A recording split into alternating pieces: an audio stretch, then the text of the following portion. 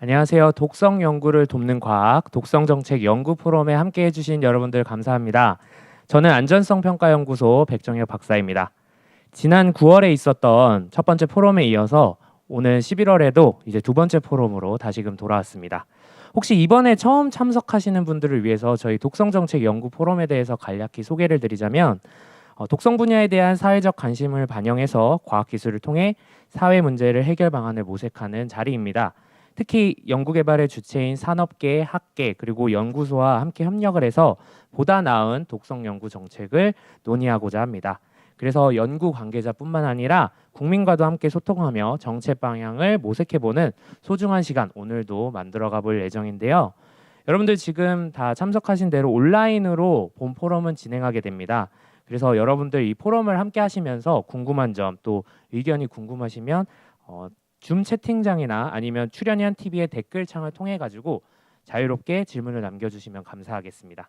질문할 때 연사분의 성함이나 또는 발표 직후 토론 시간을 이용해 가지고 남겨주시면은 제가 질문을 대신해서 여쭤보도록 하겠습니다. 오늘 포럼의 주제는 여러분들 제목 보셨다시피 AI가 독하네, AI를 활용한 독성 연구입니다.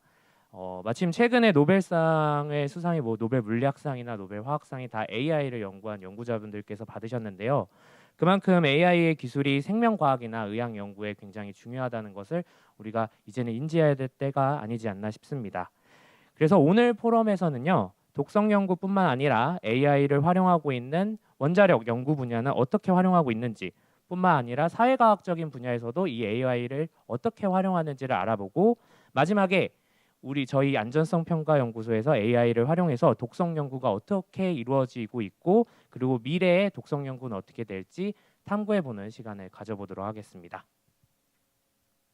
자, 그래서 본격적으로 이제 첫 번째 연사분을 소개시켜 드리도록 하겠습니다.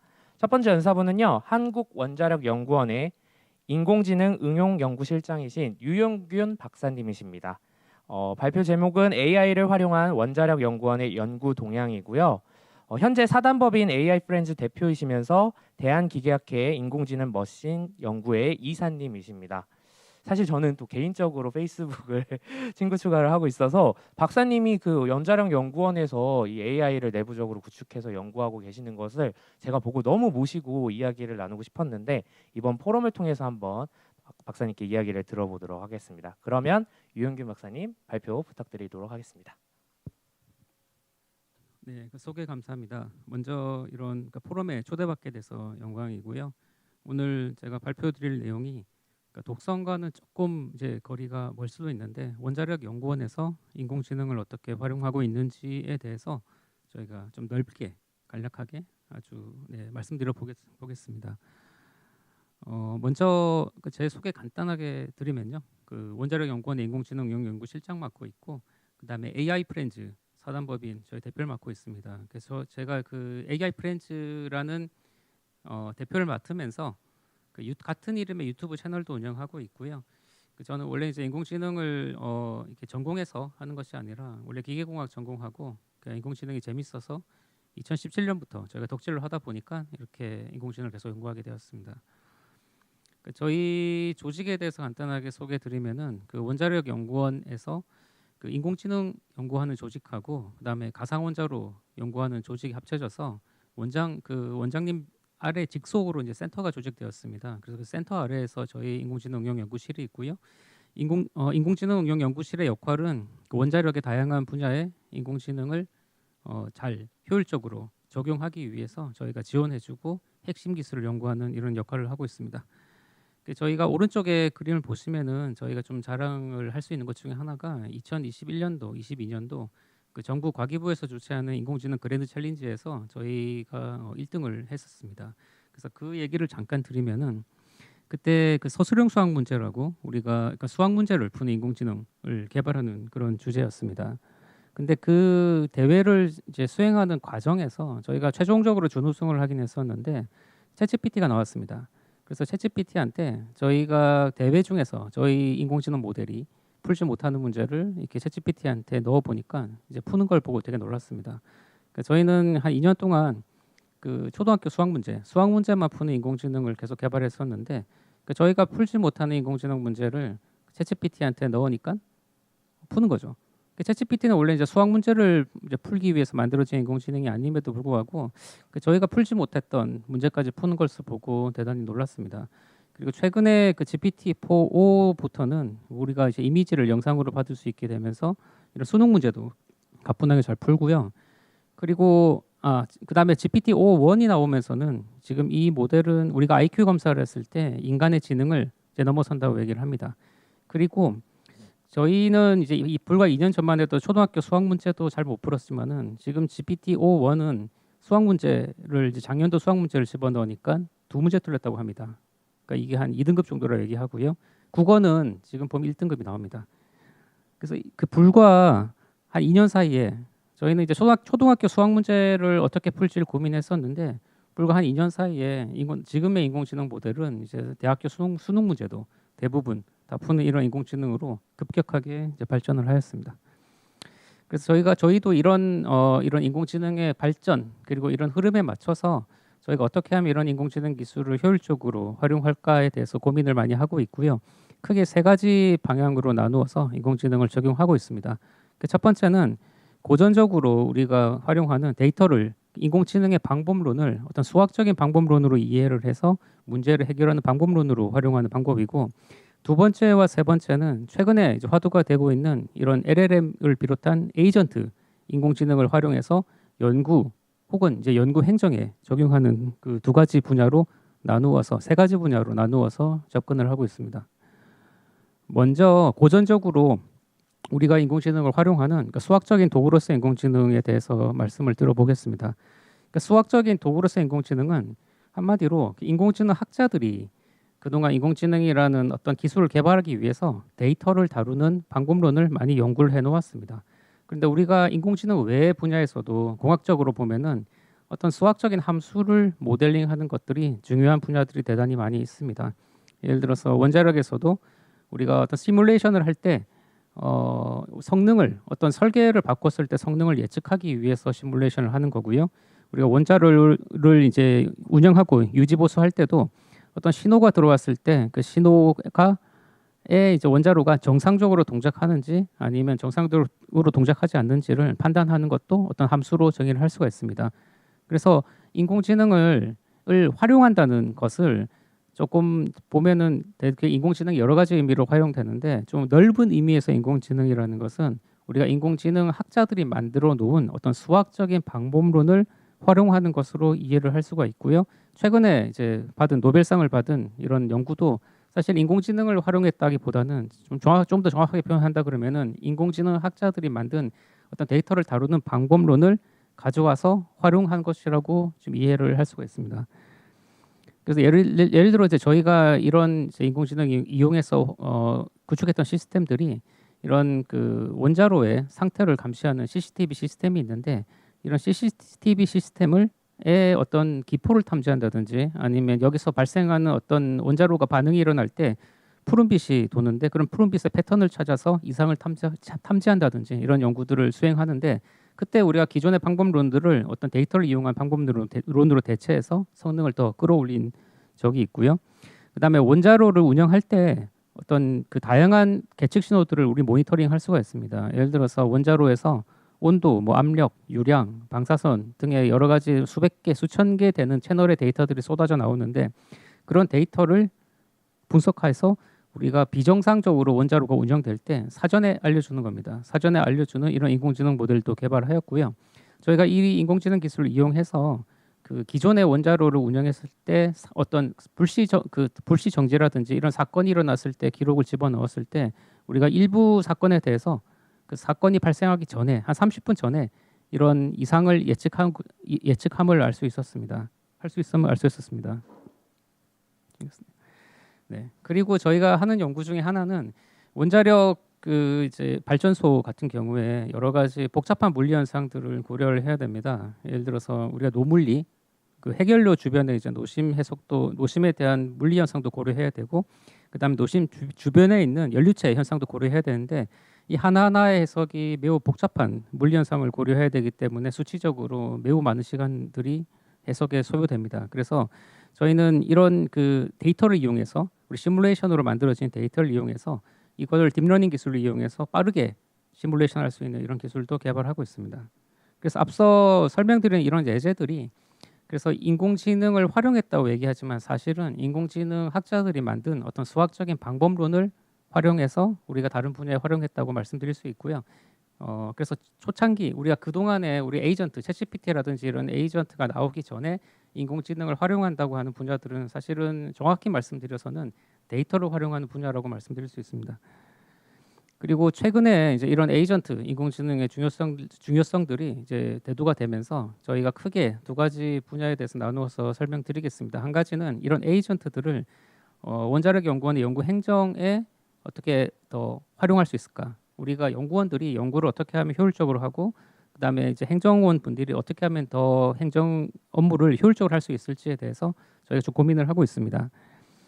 먼저 이런 저희가 그 챗GPT라든지 뭐 클로드라든지 이런 서비스들이 많이 있는데 이런 서비스들을 저희 공공기관에서 활용하는데 조금 제약이 있습니다. 특히 그 원자력 연구원 경우에는 저희가 망분리가 되어 있는 환경이기 때문에 저희가 보완적인 어떤 일로는 우리가 챗GPT를 활용할 수가 없습니다. 그래서 일단 저희가 일단 망분리가 되어 있는 환경이기 때문에 내부망 우리가 인터넷이 되지 않는 환경에서 우리가 이 AI 서비스는 저희가 자체 모델을 서비스를 합니다. 자체 모델 서비스를 하고요.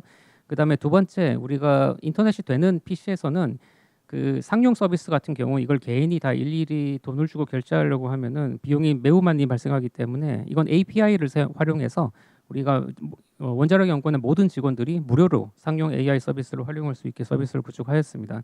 그리고 마지막으로는 카카오톡 채널 을로도 저희가 서비스를 하고 있어서 이것은 이제 원자력 연구원뿐만 아니라 어떤 원자력 연구원 외부에 있는 분들도 카카오톡 채널을 추가하면은 누구나 상용 AI 서비스를 활용할 수 있게 이렇게 서비스를 구축하였습니다. 그러니까 먼저 외부망 LLM 서비스에 대해서 조금 더 다시 설명드리면은 이런 이 현존하는 그 AI 서비스들을 다 그냥 저희 원자력 연구원 직원들은 무료로 사용할 수 있다고 보시면 됩니다. 그 API를 사용하면은 그냥 약간 종량제처럼 쓴 만큼 돈을 낼 수가 있습니다. 뭐 한 번 쓸 때마다 10원, 20원, 싼 모델들은 1, 2원 정도 돈이 드는데요. 근데 그런 돈들을 어떤 연구원에서 내준다고 보시면 될 것 같고요. 그래서 저희 서비스의 이 인터페이스를 보시면은 똑같은 질문에 대해서 뭐 챗GPT, 그다음에 구글 제미나이, 퍼플렉시티들을 동시에 답변을 받아서 이 답변들을 모아서 또 하나의 답변을 만들 수 있는 이런 기능들도 있습니다. 그래서 이런 일들로 이제 이런 식으로 우리가 생성인공지능 유료 서비스들을 전 직원이 이렇게 무료로 활용할 수 있도록 서비스를 구축하였고요. 그리고 저희가 이런 서비스들은 아까 말씀드렸듯이 그 보완적인 업무에 사용할 수 없기 때문에 우리가 자체 모델 서비스도 저희가 운영하고 있습니다. 예를 들어서 지금 저 그래프를 보시면은 빨간 점들이 그 상용 AI 서비스들이고 녹색 점들이 오픈 웨이트 모델, 즉 공개된 인공지능 모델들입니다. 보시면은 이 그 공개된 인공지능 모델들의 성능이 발전하면서 지금 상업적인 인공지능 모델의 성능을 이렇게 위협하는 것을 보실 수가 있습니다. 저희가 하는 것은 우리가 인터넷이 안 되는 환경에서는 뭐 챗GPT라든지 이런 서비스를 사용할 수 없기 때문에 이런 그 모델이 오픈된 그 거대 언어 모델들은 또 앞에 스몰을 붙여서 SLLM이라는 좀 표현을 쓰는데 이런 SLLM 모델 중에서 우리가 그 상업적으로 활용할 수 있는 모델들이 있습니다. 이런 모델들을 가져와서 저희가 서비스를 하고 있고요.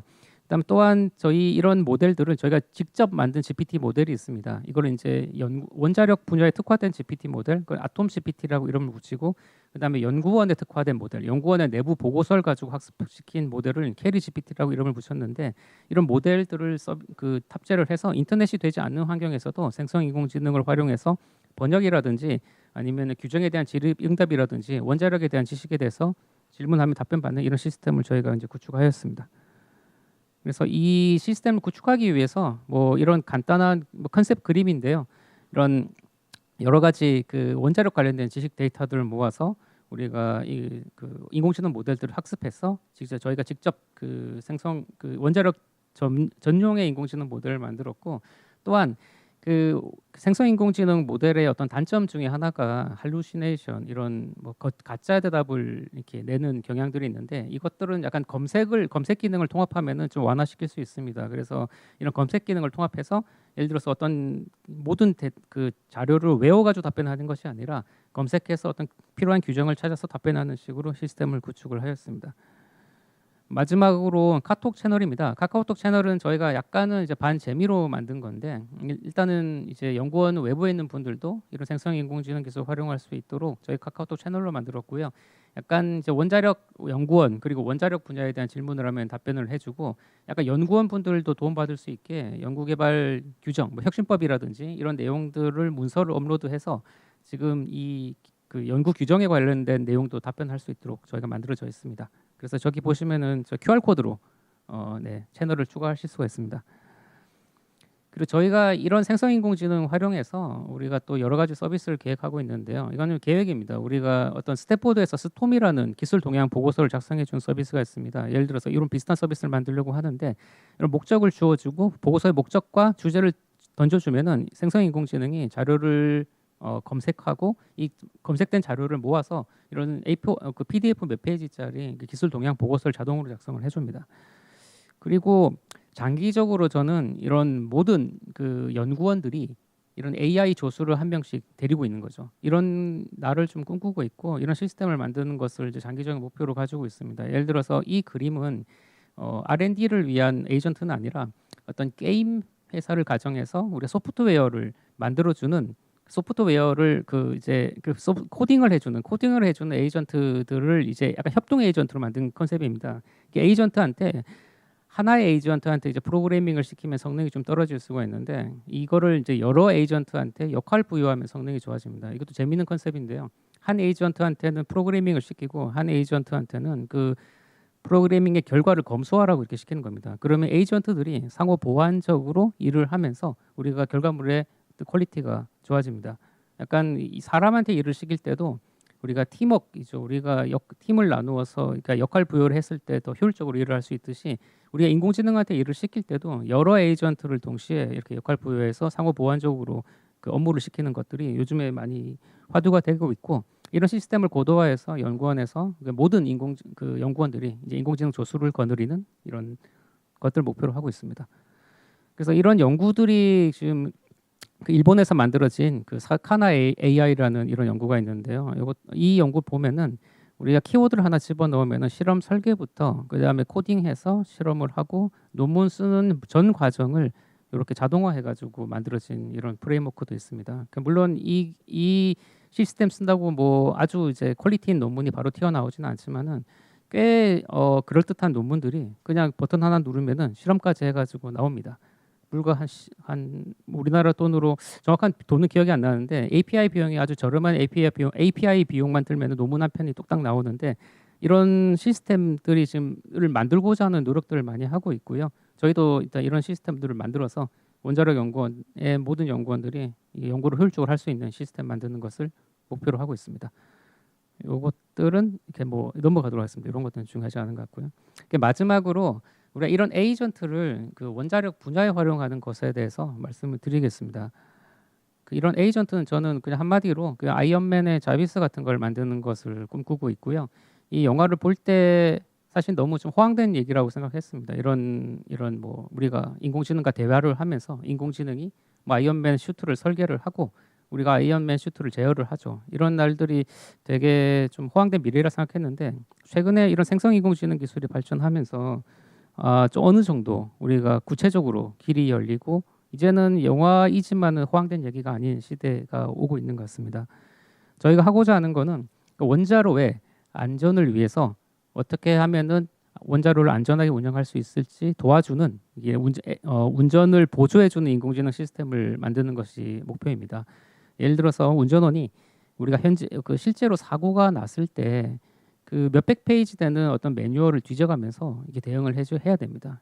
실제로 뭐 그 원자로는 아니라 그 비행기의 어떤 그 추락 사고 이런 영상들 같은 거 블랙박스 기록들을 보면은 비행기가 추락을 하고 있는데 이 비행기 조종사분들이 그 매뉴얼을 뒤지고 있는 경우들이 많이 있습니다. 실제로. 그런데 우리가 이런 에이전트가 있다 그러면은 우리가 복잡한 아주 방대한 문서의 내용을 빠르게 이해해서 알려주고 또 더 나아가서 우리가 원자로의 미래 상태를 디지털 트윈으로 예측을 해서 종합적으로 상황을 판단해서 운전원한테 최종적으로 올바른 결정 내릴 수 있게 도와주는 이런 시스템 만드는 것이 저희가 하려고 하는 일입니다. 크게 우리가 알파고 같은 인공지능이 들어가 있고 디지털 트윈 그다음에 챗GPT 같은 거대 언어 모델 세 가지 기술이 들어가 있다고 말씀드릴 수 있고요. 예를 들어서 알파고라고 말씀드렸는데 그냥 단순하게 말해서 우리가 경우의 수를 여러 가지 계산해서 최선의 경우의 수를 찾아보자는 겁니다. 그러니까 원자로가 어떤 사고가 일어났을 때 어떻게 사고에 대응하냐에 따라서 사고가 커질 수도 있고 뭐 안전하게 원자로가 멈출 수 있기 때문에 다양한 경우의 수를 계산을 해서 우리가 원자로를 안전하게 멈출 수 있는 하나의 경우 수를 잘 찾아보자 하는 겁니다. 일종의 알파고 같은 기술이 들어가는 거고요. 두 번째는 그 알파고하고 다른 것은 바둑과 다르게 원자로의 상태를 예측하는 것은 상당히 시간이 많이 걸리는 일입니다. 하나하나의 사건에 대해서 원자로의 상태를 예측하는 시간이 오래 걸리기 때문에 이렇게 노심이라든지 열수력 해석 같은 경우를 기존의 해석 데이터를 이용해서 실시간으로 혹은 실시간 이상으로 빠르게 해석할 수 있게 이런 그 디지털 트윈을 만드는 것이 또 저희가 필요한 기술 중에 하나입니다. 마지막으로 이런 디지털 트윈하고 그다음에 아까 말씀드린 이런 알파고 같은 기술들을 묶어가지고 우리가 인간하고 커뮤니케이션 하기 위해서는 이 거대 언어 모델이 필요한데요. 이 거대 언어 모델에서 우리 거대 언어 모델이 단순히 언어로만 커뮤니케이션 하는 게 아니라 내가 원하는 작업을 수행할 수 있도록 발전할 수가 있습니다. 그래서 이런 것들을 라지 액션 모델이라고 부르고 있고요. 이런 라지 액션 모델을 이용해서 우리가 이런 시뮬레이터를 제어해서 우리가 인간과 커뮤니케이션하는 연구들도 저희가 수행을 하고 있습니다. 예를 들어서 원자로의 상태를 긴급하게 물어보는데 뭐 이렇게 되게 추상적으로 물어볼 수 있겠죠. 지금 원자로의 주요 상태에 대해서 뭐 알려줘 얘기하면은 이런 거대 언어 모델이 자기 본인이 판단해서 중요한 상태 정보를 예측을 하고 그 상태 정보를 호출하는 함수를 실행해서 시뮬레이터를 제어해서 예를 들어서 원하는 정보를 얻어오는 겁니다. 그러니까 복잡한 시뮬레이터를 손쉽게 빠르게 컨트롤할 수 있게 이런 거대 언어 모델이 중간에서 역할을 해주게 됩니다. 이거는 영상인데 PDF라서 동작하지 않기 때문에 넘어가겠습니다. 그래서 종합하면 이런 겁니다. 우리가 저희가 만들고자 하는 원자력 자비스 AI 운전원은 먼저 이런 센서 신호나 아니면 CCTV들 이렇게 여러 가지 정보들을 먼저 인식을 하고요. 이런 인식된 정보를 토대로 뭐 이상이라든지 이런 것들 사전에 예측을 합니다. 그리고 현재 예측된 정보를 토대로 디지털 트윈을 통해 가지고 원자로의 미래를 예측을 하고요. 그러면 현재도 알고 이제 미래도 예측할 수 있다 그러면은 이 에이전트가 우리가 복잡한 문서를 이해를 하고 나서 좀 모든 것을 종합적으로 이해를 해서 인간하고 자연어로 소통할 수 있다 그러면은 원자로를 훨씬 더 지금보다 안전하고 효율적으로 운영할 수 있을 것이라고 기대가 됩니다. 네, 감사합니다. 그래서 저희가 오늘 말씀드린 거는 짧은 시간 동안에 원자력 연구원에서 인공지능을 크게 세 가지 분야로 나누어서 이제 활용하고 있다는 것을 말씀을 드렸고요.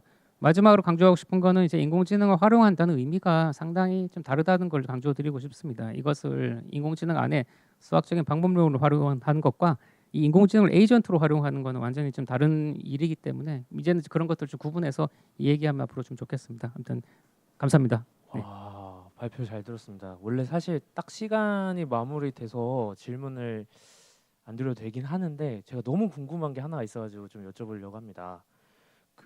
혹시 아까 말씀하셨던 그 원자력 연구원 내부적으로도 그 AI를 이렇게 구축하시고 내부 인원들이 자체적으로 이제 활용할 수 있게 해주셨다고 했었잖아요.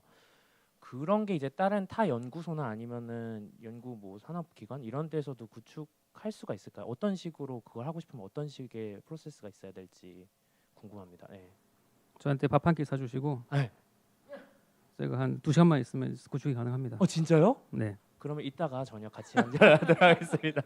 네, 그럼 이따가 저희 네. 톡톡톡 끝에 다시 한번 이야기 나누기로 하시죠. 이게 다 사실 오픈 소스 활용하는 거라서 진짜요? 어렵지 않고요. 근데 그 약간 이제 그 공공기관이기 때문에 공공기 해제됐지만 기관마다 그 보안 규정 같은 게 있어서 그런 부분들을 조금 검토를 해야 되는데 기술적으로 보면 설치하는 것 자체는 한두 시간이면 설치됩니다. 그렇군요. 너무 네. 놀라운데. 저희도 이걸 직접 만들다가 네. 다 버리고 네. 지금은 그 오픈 소스 활용합니다. 네. 그렇군요. 감사합니다. 그럼 이따가 또 다시 한번 같이 이야기 나누도록 하겠습니다. 박사님 감사합니다. 감사합니다.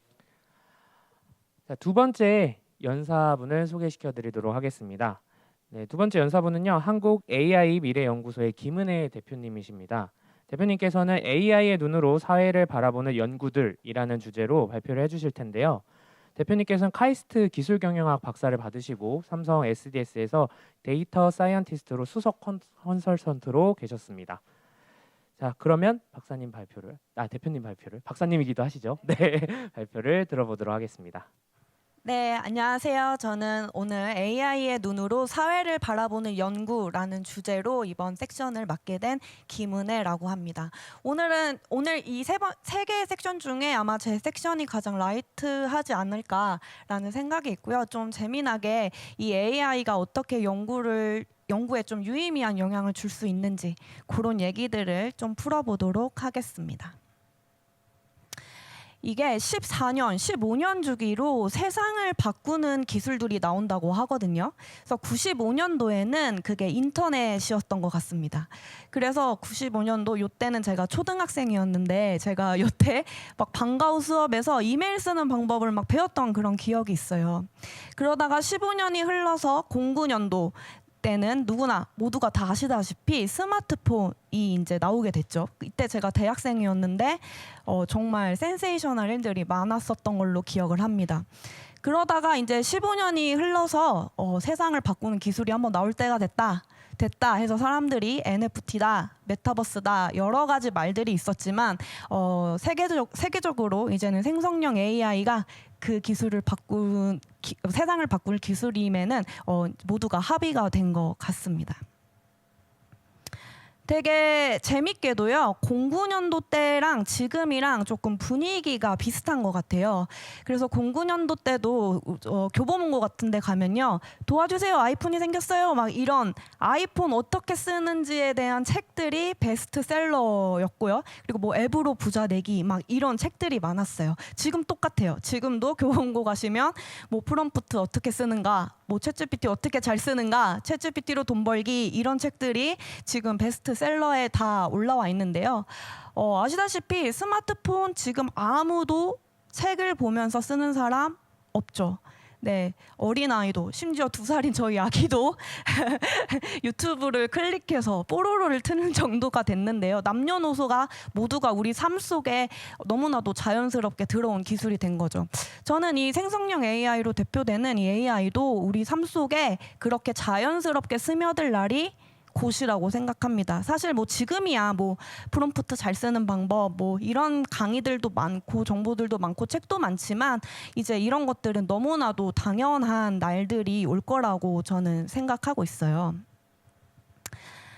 근데 여태까지 제가 말씀드린 건 조금 생성형 AI가 요즘 이제 두 돌이 조금 안 됐죠. 이제 곧 두 돌이 되는 이 생성형 AI의 어떻게 보면 이 광풍이라고 한다면 사실 그 AI라고 하는 것은 굉장히 역사가 깊고 이미 그 AI는 우리 실무에서 연구 현장에서 이미 다양한 형태로 이미 들어와 있거든요. 그래서 제가 그 AI들의 다양한 종류들과 이게 실제로 실무에서 좀 어떻게 사용이 되고 있는지를 한판 정리해 온 슬라이드라고 생각해 주시면 되는데요. 일단 그 AI라는 것은요, 좀 넓은 의미에서 본다면 그 인간의 지능을 컴퓨터가 할 수 있도록 만들어주는 거예요. 쉽게 말하자면 코딩하는 거 있죠. 네, 그 코딩들이 그런 역할을 하는 거죠. 인간들의 생각을 컴퓨터가 이해할 수 있는 언어로 하는 거예요. 그래서 아마 그 현장에서 이런 자동화 프로그램 많이 쓰실 것 같아요. 뭐 아주 간단한 예시로는 오늘 나온 뭐 뉴스 기사들을 모아서 그 사람에게 아침마다 뭐 자동적으로 뉴스 모음집을 이메일로 보내준다든지 이런 것들 있죠. 이런 것들 뭐 RPA라고도 부르는 이런 자동화 이런 것들도 생각해 보면 사람이 해야 되는 그런 일들을 코딩 프로그래밍화 해놓은 거 아니겠습니까? 그래서 넓은 의미로는 이런 것도 AI의 한 종류가 될 수 있다라고 저는 생각을 하고요.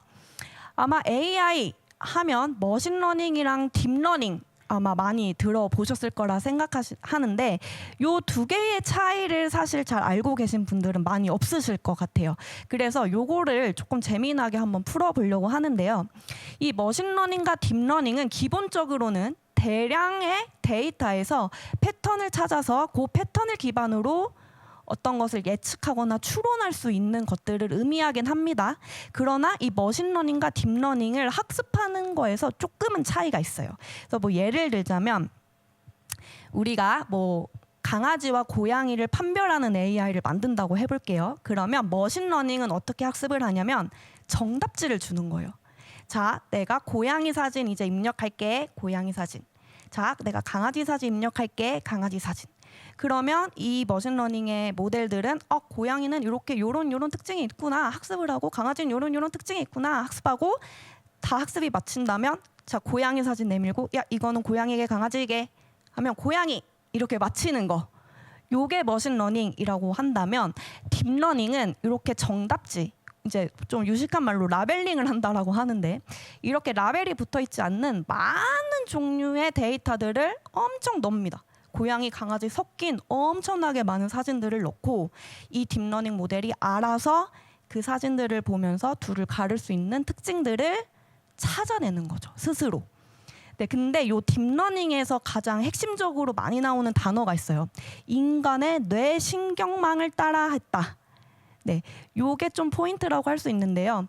그 많은 사진들 중에 특징을 걸러내는, 그거를 할 때 우리가 정말 뇌에서 하는 것과 같은 그 시스템처럼 얘가 작동을 하면서 그런 특징들을 좀 잡아낸다라고 쉽게 생각을 하시면 되겠습니다.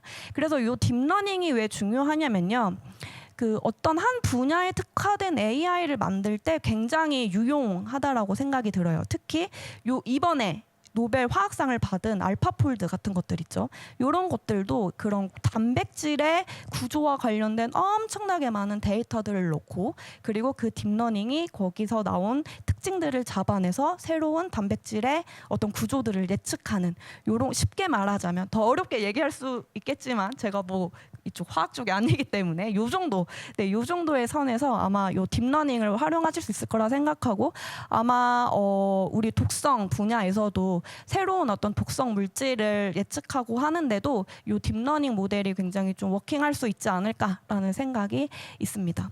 그리고 이 생성형 AI는요, 그 딥러닝 중에서도 조금 특화된 AI라고 보시면 되는데, 아마 챗GPT 다들 써보셔서 요 생성형 AI는 다 뭔지 아실 거예요.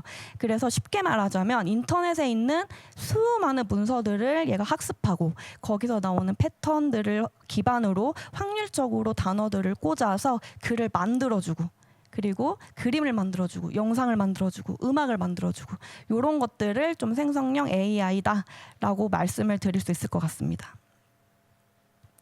근데 요 생성형 AI가 나온 지가 2년이 이제 조금 돼 가죠. 그래서 아직까지는 이 생성형 AI를 정말 실무적으로, 그리고 연구에서 어떻게 사용할 수 있을까, 이런 얘기들이 한참 나오고 있다라고 생각이 들고요. 제가 조금 이 발표를 위해서 다양한 논문들을 좀 재밌는 걸 많이 찾았거든요. 그래서 진짜 이 생성형 AI가 우리 연구에 정말 유의미하게 영향을 줄 수 있다라는 몇 가지의 논문을 좀 재밌게 말씀을 드리려고 하는데요. 첫 번째 논문은 이 생성형 AI가 노벨티가 있는 리서치 아이디어를 낼 수 있다라는 파인딩을 담은 논문이 출판되었습니다. 그래서 보시면 아시겠지만, 사람이 연구 아이디어 낸 것, 그리고 AI가 아이디어 낸 것, 그리고 AI가 낸 것에 사람의 터치가 조금 들어간 거, 이렇게 세 개를 비교를 한 거죠. 그래서 79명의 전문가, 이 연구 전문가들이 어떤 게 가장 노벨티가 있냐, 어떤 게 가장 실현 가능성이 있냐, 이렇게 이제 점수를 매긴 거예요. 근데 놀랍게도 맨 밑에 보시면 아시겠지만, 노벨티와 흥미도 측면에서는 이 AI가 아이디어를 내고 사람의 터치가 조금 들어간 요것들이 가장 좋았다라고 점수를 내셨고, 반면에 그 실현 가능한가라는 분야에서는 사람이 낸 아이디어가, 연구 아이디어가 가장 좋았다라고 이제 대답이 나왔고요. 이 전반적으로는 AI와 사람이 같이 한 그 연구 주제가 굉장히 좋았다라고 이제 이 연구에서는 주장을 하고 있습니다. 그래서 이것만 보시면 아시겠지만, 이 AI를 잘 쓰면 정말 우리 연구 아이데이션이라고나 할까요? 네, 그런 부분에 굉장히 유의미하게 쓸 수 있다라는 게 이제 논문에서 밝혀진 바고요. 또 하나 재밌는 논문이 있어요. 생성형 AI가 사람의 창의성을 뛰어넘을 수 있다라는 얘기를 담은 논문이거든요. 그래서 요거는 어떻게 한 거냐면, 창의성을 요구하는 질문을 한 거예요. 1250명한테. 그래서 뭐 예를 들자면, 너가 생각만으로 사물을 발명할 수 있는 재능이 있으면 뭐 발명할래? 이렇게 물어본 거예요.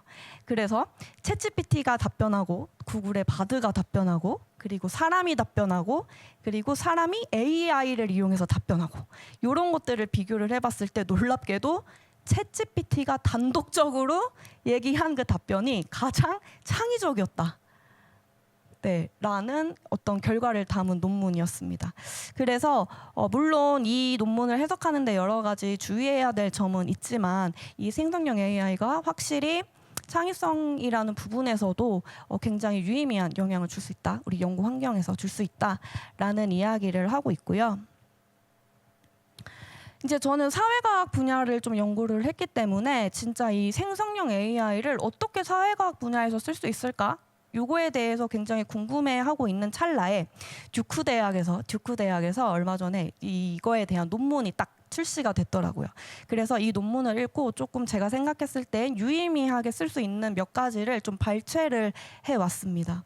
그래서 첫 번째는 온라인 실험에서 쓸 수 있어요라고 말씀을 해주셨는데 저희 사회과학에서는 사실 실험법을 굉장히 많이 쓰고 있어요. 그래서 어떤 A라는 컨디션, B라는 컨디션에서 어떤 한 컨디션만 다르게 했을 때 사람들의 행동이나 감정이 어떻게 달라지나 요거를 많이 보는데요. 그 실험을 설계할 때 그 감정을 불어일으키는 텍스트나 이미지 같은 것들을 요 생성형 AI로 좀 효율적이게 만들어낼 수 있지 않냐라는 이야기가 있었고요. 그리고 두 번째는 컨텐츠 분석인데 아시겠지만 이 챗GPT는 텍스트 분석에 아주 귀신입니다. 네, 그래서 트위터나 뉴스 분석 같은 거는 이미 너무나도 잘 분석을 한다 이거죠.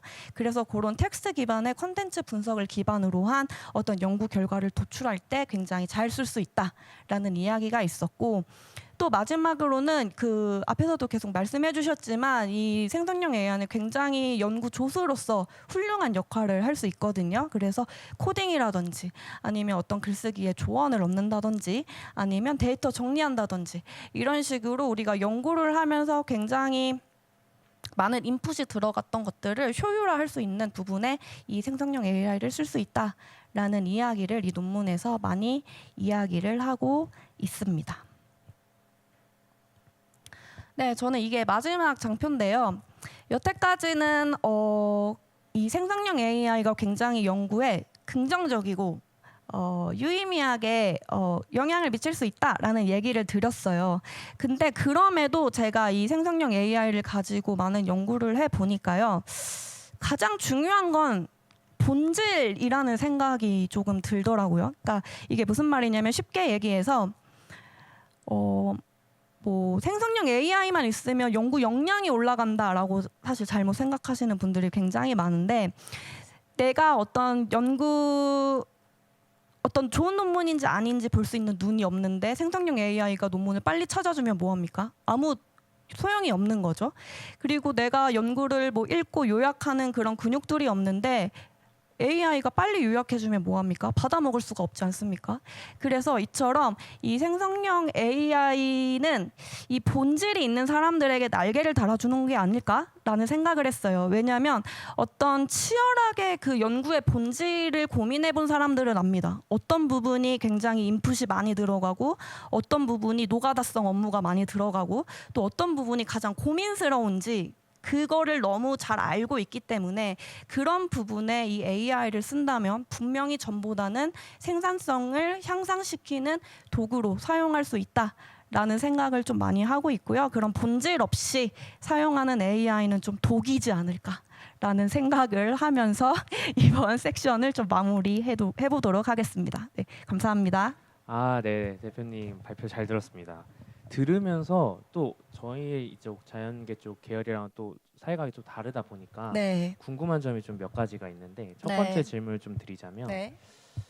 아직은 제가 생각하기로는 현재 실질적으로 사람들이 실험하고 연구하는 분야들은 AI가 대체하는데 좀 많이 어려움이 있다고 생각하는데 사회과학 쪽 분야는 네. 아무래도 실질적인 실험보다는 어떤 아까 말씀하신 실험법 네, 이런 네. 거를 구축하는 이런 연구가 많다 보니까 저희 쪽보다는 더 많이 이런 AI를 활용한 논문들 네. 이런 것들이 많이 나왔을 거라고 생각하는데 네. 그 논문 작성하는 데 있어서 AI가 어느 정도가 활용되고 있고 뭐 허용되는 범위라고 네. 할까?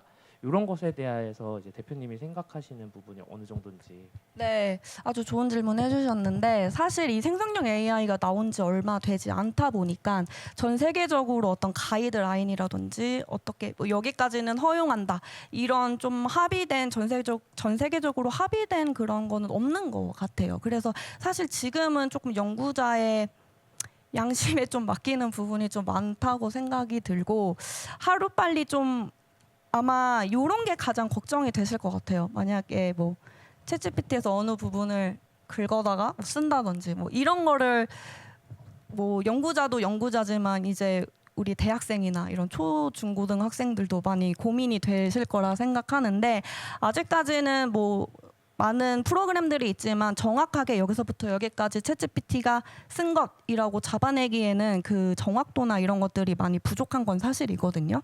그래서 심지어 셰익스피어가 쓴 글도 AI가 썼다라고 막 판별하는 그런 사례들도 막 제가 아니, 보곤 제가 했었어요. 알기로는 그게 네, 있다고 들었거든요. 그 네 있습니다. 네, 네, 네. 쓴 거를 이제 잡아주는 프로그램, 그것도 AI인지 잘 모르겠는데. 네. 근데 네. 그런 게 있어서 뭐 논문에 있어서 AI를 쓰면은 뭐 네. 어차피 문제가 없다. 뭐 네, 근데 잡을 수 있다, 이런. 아직까지는 어떤 공식력이 있는 프로그램이 아니고 그리고 한계점 이게 확률적으로 계속 꽂다 보니까 이게 아시겠지만 같은 프롬프트를 써도 그때마다 다른 답변들이 나오거든요. 네. 그래서 요 부분부터 요 부분까지 GPT가 쓴 것이라고 잡아내기에는 아직 지금 현존하는 그런 프로그램들이 많이 정확도가 낮은 것은 좀 사실인 것 같아요.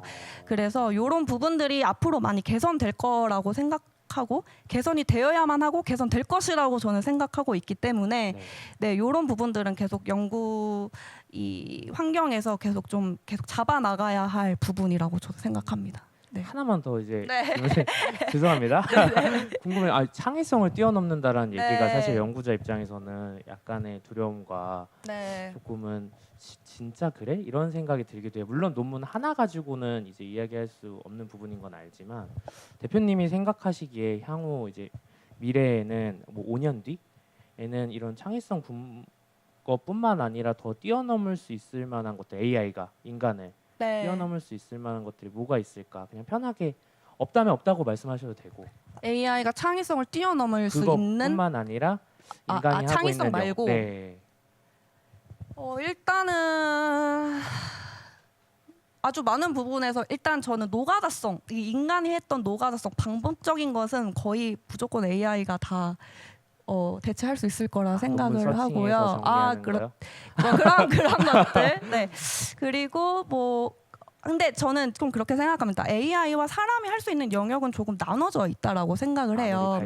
아무리 발전을 한다고 해도. 그래서 완벽하게 사람을 대체한다? 저는 그거는 조금 불가능하지 않을까. 그 사람이 어느 정도 뭐랄까요? 그런 아까 말씀드렸던 것처럼 어떤 노가다성 업무 그리고 조금 생산성을 올려줄 수 있는 조수로서 하는 업무들이 있고 최종적인 어떤 판단이나 최종적으로 AI가 써준 것을 판단하고 그것을 의사결정하는 그 업무 자체는 사람의 터치 그리고 그 오랜 사람들이 경험을 가지고 있는 그 직관에서 오는 그런 경험들이 무시 못한다고 저는 생각하기 때문에 이 AI와 사람이 할 수 있는 영역은 조금 구분이 되지 않나라고 저는 생각하는 편입니다. 네, AI 미래연구소 김은혜 대표님께서 말씀해 주셨기 때문에 저도 굳게 믿고 연구를 열심히 해보도록 하겠습니다. 그러면 발표 잘 들었습니다. 네, 이따 감사합니다. 톡톡톡 때 다시 한번 이야기 나누기로 하겠습니다. 네. 네, 이제 마지막 저희 세 번째 연사분을 모시고 이야기를 나눠보도록 하겠습니다. 세 번째 연사분은요, 안전성평가연구소의 신현길 박사님이십니다. 신현길 박사님께서는 정말 AI가 독성을 판단할 수 있을까라는 제목으로 AI를 활용한 독성 연구 현황에 대해서 발표를 해주시도록 하겠습니다. 실제 신현길 박사님께서는 저 연구소 입소한 지 1년 만에 그 간독성을 예측하는 톡스스타라는 프로그램을 만드셨고 또 이 프로그램이 또 어떻게 운영되는지도 직접 들어볼 수 있는 기회가 돼서 좋을 것 같은데요.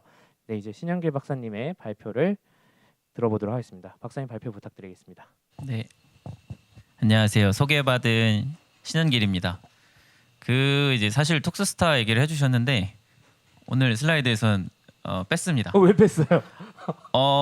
나중에 말씀드릴게요. 네, 알겠습니다. 지금은 일단은 어떻게 작동하는지는 이해하실 수 있고 오늘 내용을 보시고 나서 관심 있으시면은 한번 찾아서 써보시면 되겠습니다. 그냥 구글에서 톡스스타 검색하면 나오기 때문에 그렇게 쓰시면 될 것 같아요.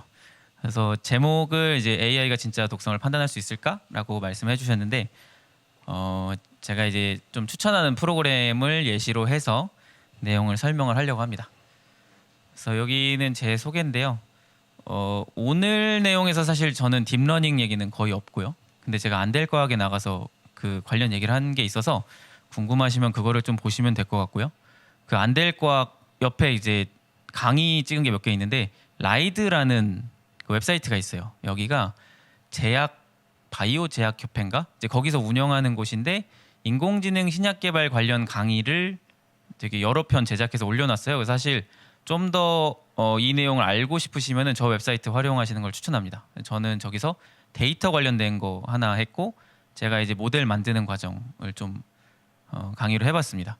그리고 오늘 내용은 그 슬라이드 밑에 제가 이제 그 화학물질 안전성을 예측하기 위한 AI라고 발표하면서 그때 한번 소개했던 내용을 간략하게 한 건데요.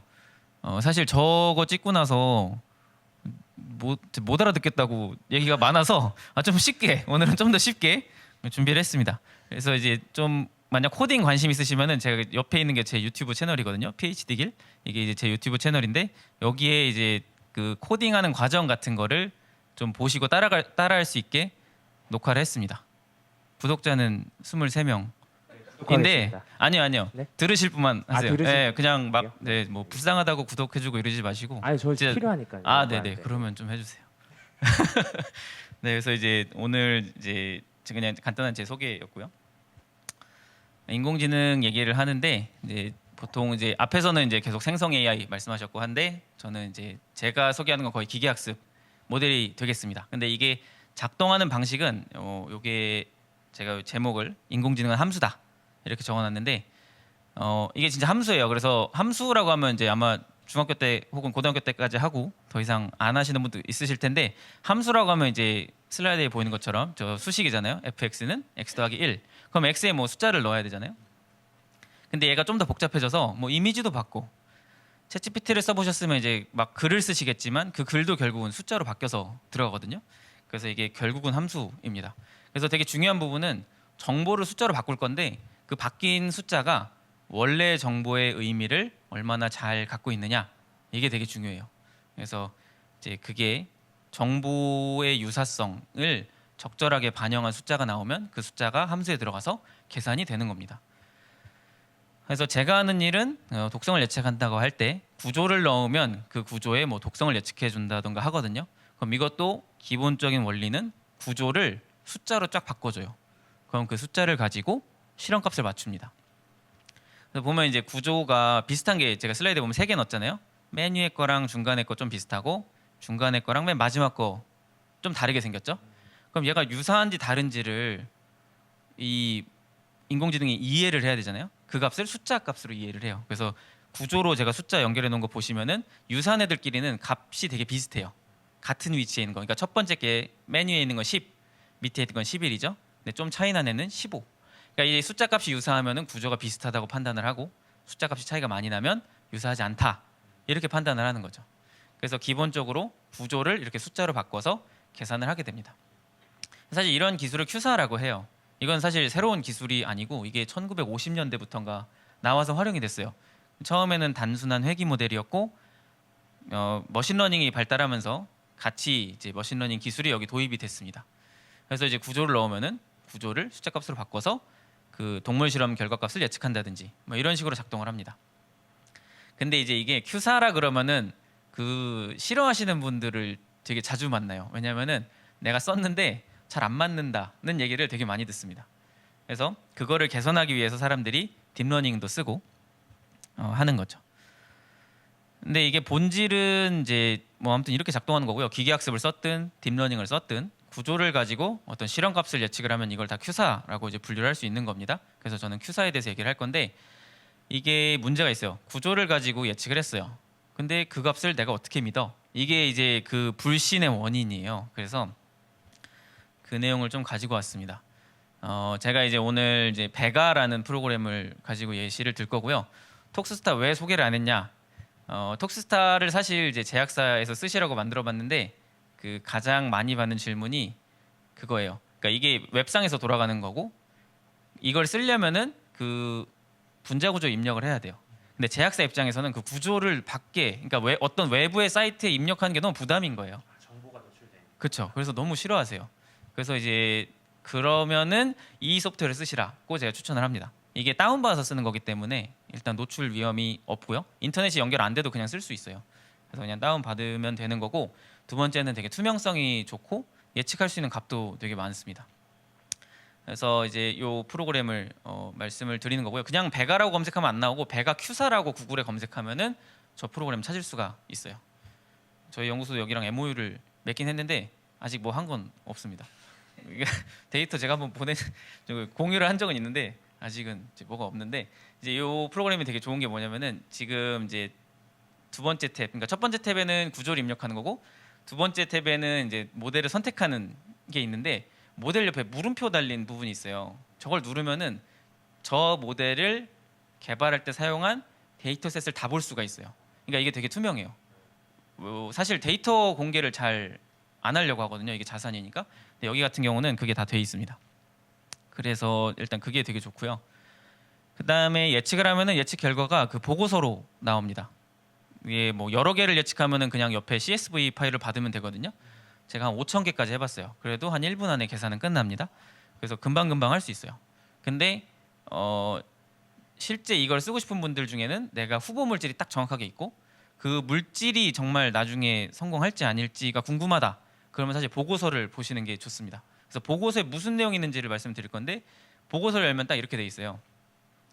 이제 예측 요약이라고, 이제 일단 영어입니다. 뭐 한국어판은 없고요. 다 영어로 나오는데 그 위에 보면은 프레딕션의 빨간색 혹은 초록색으로 나와요. 그러니까 빨간색이면 이제 독성이 있다는 의미가 되고 초록색이면 아니다 이렇게 볼 수 있고, 그 옆에 reliability라는 점수가 있습니다.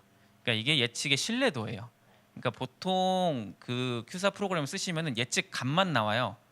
그러니까 예측 값이 나왔는데 얘가 틀렸어. 내 실험 결과랑 안 맞아. 그럼 이제 실망한 거 안 쓰시거든요. 근데 이거 같은 경우는 예측이 이렇게 나왔는데 이 예측이 맞을 가능성을 같이 분석을 해줘요. 그래서 그 부분에서 이게 되게 좋습니다. 그래서 생각해 볼 게 많고, 그다음 밑에 제가 빨간색으로 이제 표시해 놓은 부분이 있는데 experimental value라고 해놨죠. 이게 사실 예측보다는 실험값이 정확하잖아요. 근데 사용자가 입력했는데 그게 이미 데이터베이스에 있을 수 있잖아요. 그러면 그냥 그 값을 줘요. 그래서 실험값이 있으면 그냥 실험값을 믿으시라고 이렇게 줍니다.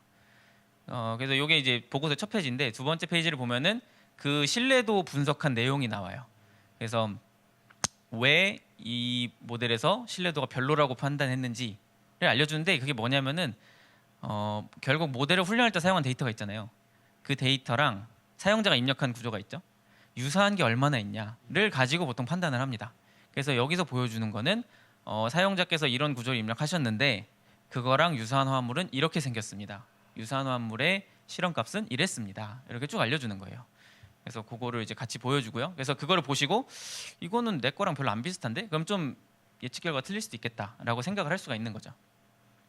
요거는 이제 분석을 좀 더 자세하게 한 내용인데, 이건 보면은 뭐 그런 내용이요. 그러니까 유사한 구조가 몇 개 있었다 또 보지만 유사한 구조들의 예측 정확도가 어땠는지 또 보여주고, 그다음에 유사한 구조의 실험값이 있고, 그다음 사용자가 입력한 물질의 예측값이 나오잖아요. 걔네들이 얼마나 일치하는지 이런 식으로 분석을 해줘요. 그래서 이 내용을 보시고 이 정도면 나는 믿을 만한데, 이제 그러면 쓰시는 거고, 아니면은 이거는 예측이 틀릴 수 있겠구나라고 판단을 하시면 됩니다.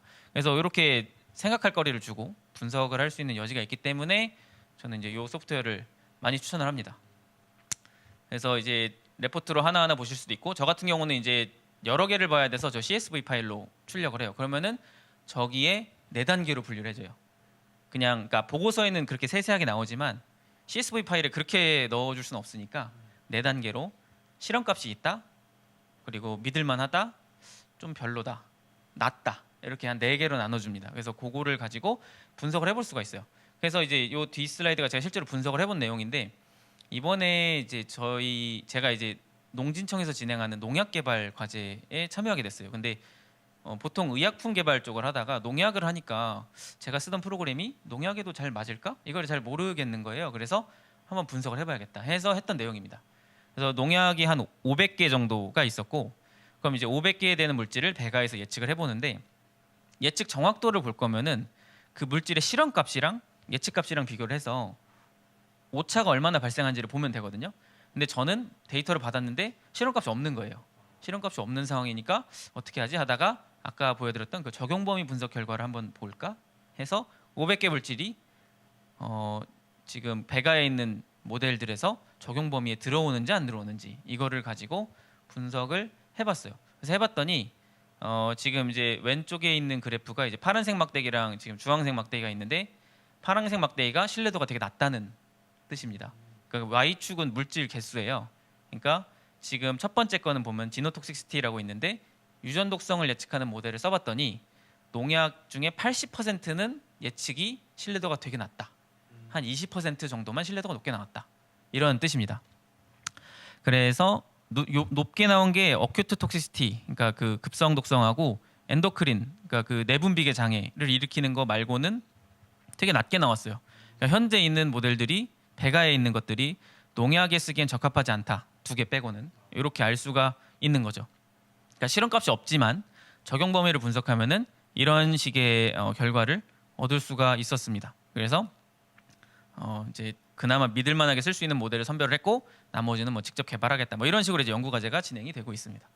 그래서 이제 이렇게 분석을 한번 해봤던 내용인데, 이게 머신러닝 모델을 막 만드는데 1950년대부터 만들어졌다고 했잖아요. 근데 이게 기술이 점점 쓰기 편해지니까 모델이 막 우후죽순으로 막 많이 나오기 시작했어요. 그래서 이제 한 2000년대 전의 논문을 보면은 이게 논문을 봐도 이 모델이 정확도가 어떻게 되는지 파악이 잘 안 돼요. 그러니까 알려줘야 되는 정보를 다 안 알려주는 경우가 있었어요. 그래서 OECD에서 이런 가이드라인을 내놓은 겁니다. 그러니까 Q4 모델을 만들 때 모델을 이렇게 검증하세요라고 가이드라인이 나온 내용이에요. 그래서 요거대로 하면은 모델이 이제 믿을만한지 아닌지 신뢰할 수 있는지 없는지를 알 수 있다는 그런 내용입니다.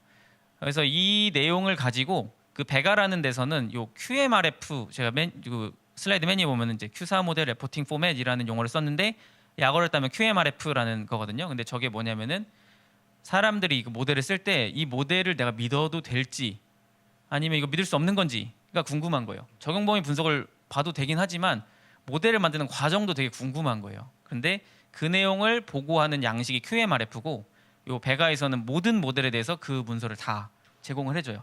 근데 이 문서를 작업을 할 때 그 아까 말한 OECD Q4 가이드라인대로 항목을 쭉 설명을 해놨어요.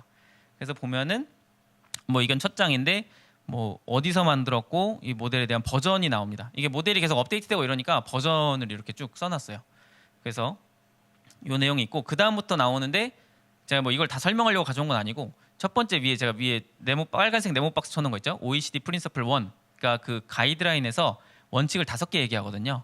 그 원칙 중에 첫 번째는 뭐냐면은 모델이 예측하는 값은 실험적으로 측정 가능해야 된다는 언급이 있습니다. 그래서 여기서는 우리가 모델을 만들 때 사용한 실험값은 어떻게 측정된 거다라는 자세한 설명을 하고 있습니다. 그래서 요거를 보면은 예측값을 어떻게 써야 되는지를 사용자가 이해할 수 있는 거죠. 이게 요 내용이 이게 전부가 아니고 좀 더 길어요. 그래서 이제 실제로 한번 보시면 좋을 것 같고요. 두 번째 원칙은 개발한 알고리즘을 설명하고 있고요. 세 번째 원칙은 적용 범위 분석을 어떻게 했는지에 대한 설명입니다. 이게 되게 중요한 부분이어서 요 내용이 있고요. 네 번째 원칙은 모델을 어떻게 검증했는지에 대한 거예요. 그래서 여기 중간에 한 7.5 보시면은 밑에 설명이 써 있어요. 이 모델을 훈련하고 나서 검증할 때 사용한 데이터는 14,517개다. 14,517개 중에 2,878개는 파지티브, 독성이 있는 거였고 11,639개는 없는 거다. 뭐 이렇게 설명이 쭉 있고, 맨 밑에 보면은 뭐 센시티비티, 스페시피시티, 어큐러시 뭐 이렇게 나오거든요.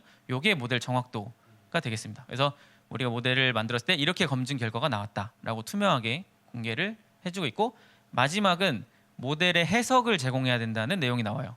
그러니까 이게 Q4니까 구조를 가지고 실험값을 예측을 한 거니까, 그러면 구조의 어떤 부분이 변화할 때 독성이 바뀌느냐를 이제 알고 싶은 거예요. 그 모델에 사용된 그 숫자 값들을 가지고 그런 거를 해석을 해달라는 건데 이 가이드라인을 보면은 그 얘기가 붙어 있어요. 근데 가능할 때만 하세요라고 써 있습니다. 이게 안 될 때도 있어요. 그래서 가능하면 써달라고 했고, 요 모델 같은 경우는 이제 가능한 부분 안에서 기술을 했습니다. 예, 유일하게 5번째 것만 내용이 짧습니다. 요게 다예요. 왜냐하면 해석할 게 별로 없었던 것 같아요. 그래서 이렇게 정리가 됩니다. 그래서 이제 배가를 많이 추천을 하고요. 근데 모델이 믿을만하게 만들어졌다고 해서 예측값도 믿을만하냐? 사실 그게 좀 별개의 문제거든요. 왜냐하면 예측이라는 게 항상 틀릴 가능성이 있다 보니까. 그래서 이건 작년에 나온 가이드라인입니다. 규제기관에서 예측 결과를 가져다가 쓰고 싶다면 요 가이드라인대로 모델의 예측 결과를 평가하세요라고 해서 원칙을 또 정리해서 냈습니다. 그래서 이제 전 세계적으로 뭐 독성 예측을 할 때 이런 모델을 얼마나 활용하냐 그러면은 현재는 이렇게 활용하기 위해서 여러 가지 준비를 하고 있는 수준, 전 세계적으로 실제 활용하고 있는 곳은 되게 없다고 봅니다. 그래서 이렇게 가이드라인을 만들고 여러 가지 테스트를 해보고 있습니다.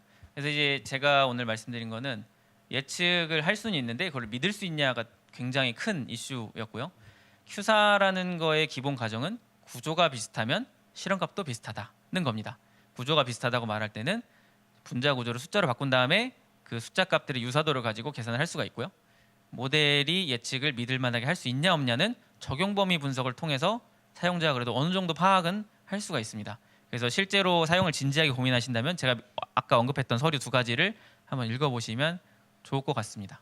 그리고 이제 이게 사실 이렇게 그냥 강의로 듣는 것보다는 한번 써보는 게 훨씬 좋습니다. 그래서 한번 써보시고 뭐 크게 막 이 물질이 회사에 사활을 거는 게 아니다 싶으면 이제 톡스스타도 좀 써주시고 그러면 될 것 같아요.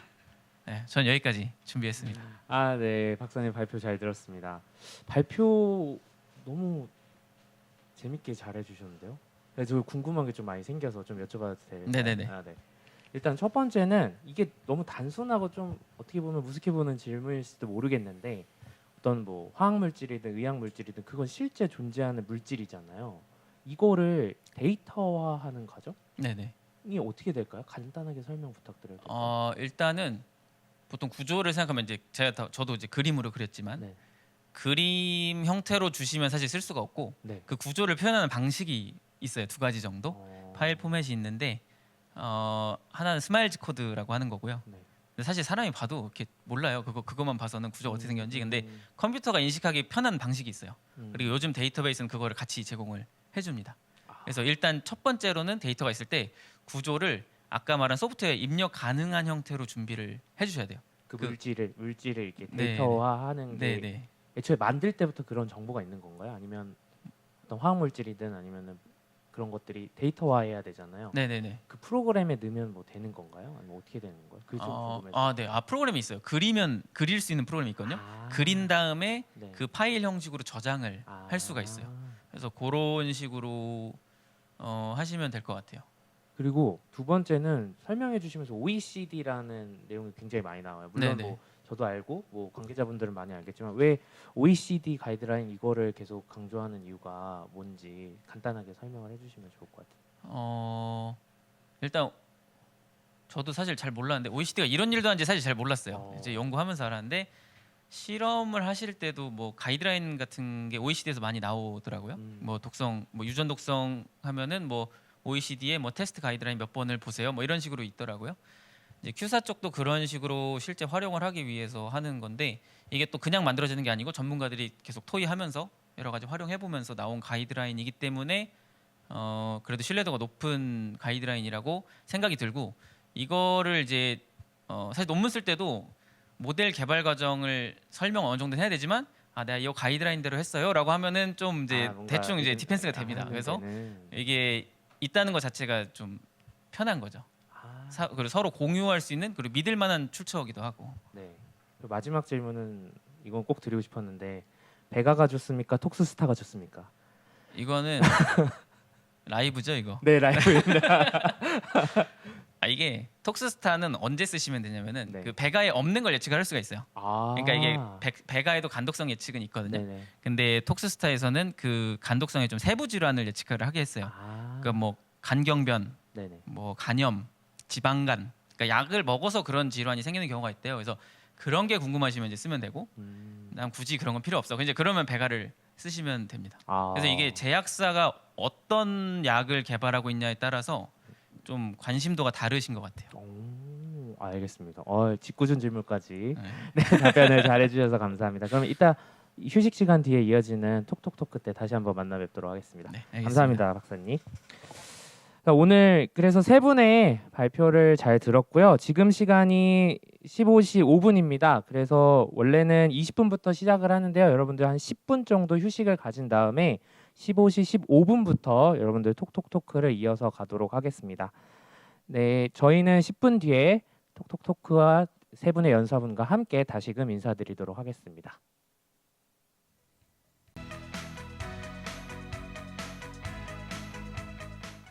네, 여러분들 이제 본격적으로 톡톡토크 시간을 가지도록 하겠습니다. 앞에서 연사로 함께 해주신 유영균 박사님과 김은혜 대표님 그리고 신현길 박사님과 45분 동안 이제 16시까지 함께 시간을 보내도록 하겠습니다.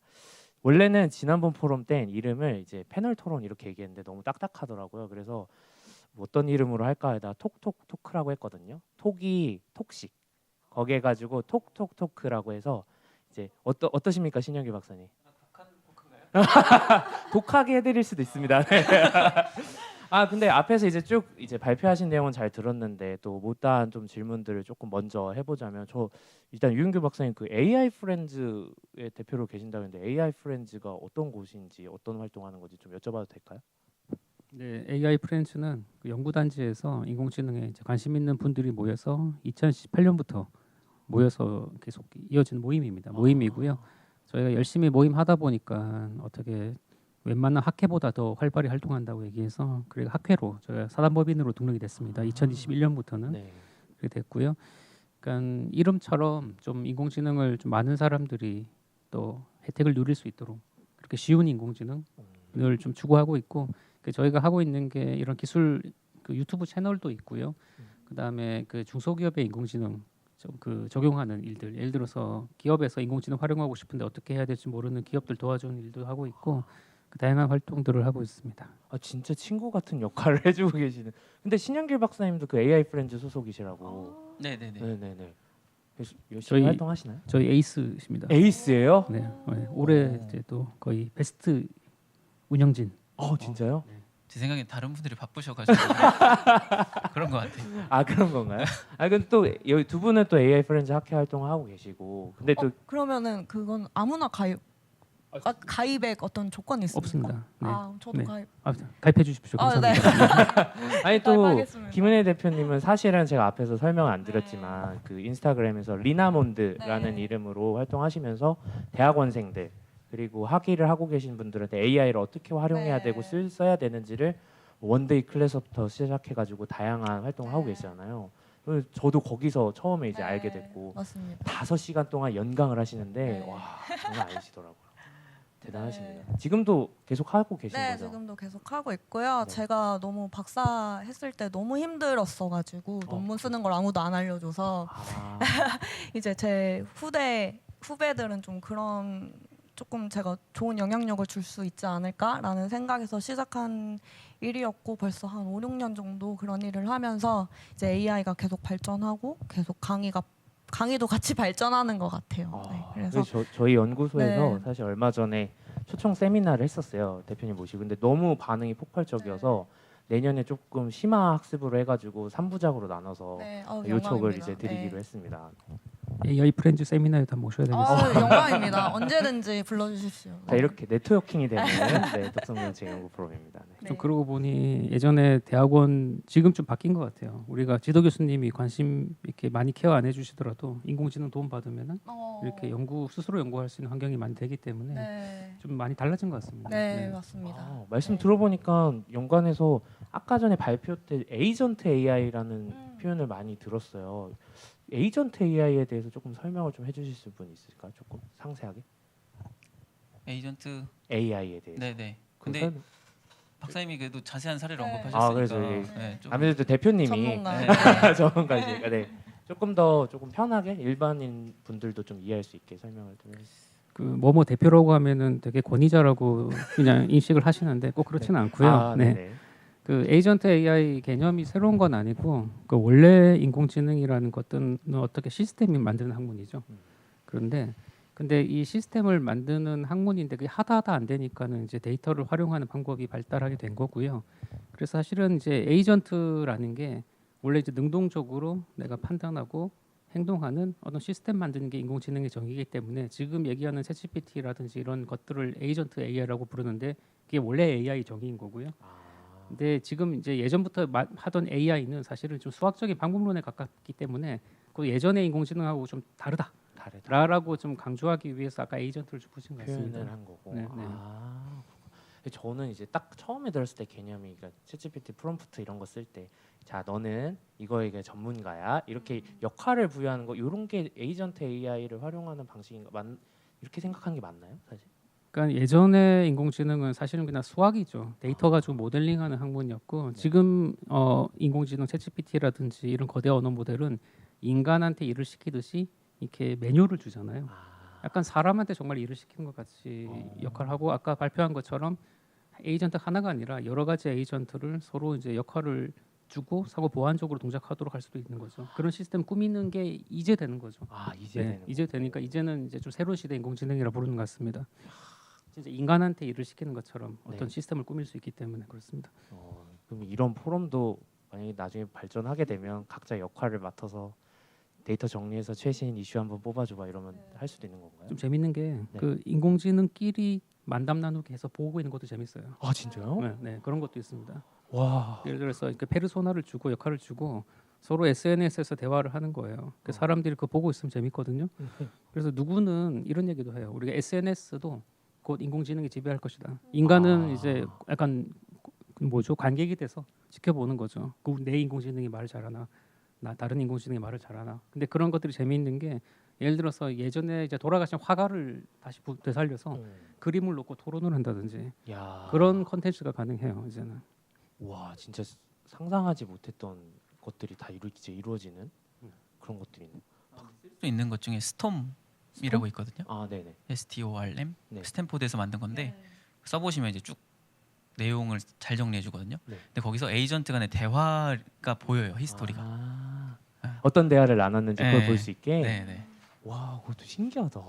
그리고 제가 아는 것 중에 노트북 LM이라고 구글에서 요즘 나온 프로그램이 있는데 논문을 이제 올리면 그 논문에 대한 요약은 물론이거니와 그 내용을 잘 이해할 수 있도록 팟캐스트 형식으로 두 화자가 얘기하는 것처럼 그 논문을 이제 팟캐스트로 다운을 받아서 들을 수 있거든요. 야, 그래서 DJ 네. 에이전트가 된 거네요. 근데 거기에 상당히 추가가. 퀄리티가 좋게 그 팟캐스트가 생성이 돼가지고 이제 논문을 들으면서 팟캐스트로 들으면서 이제 공부할 수 있는 시대가 온 것 같습니다.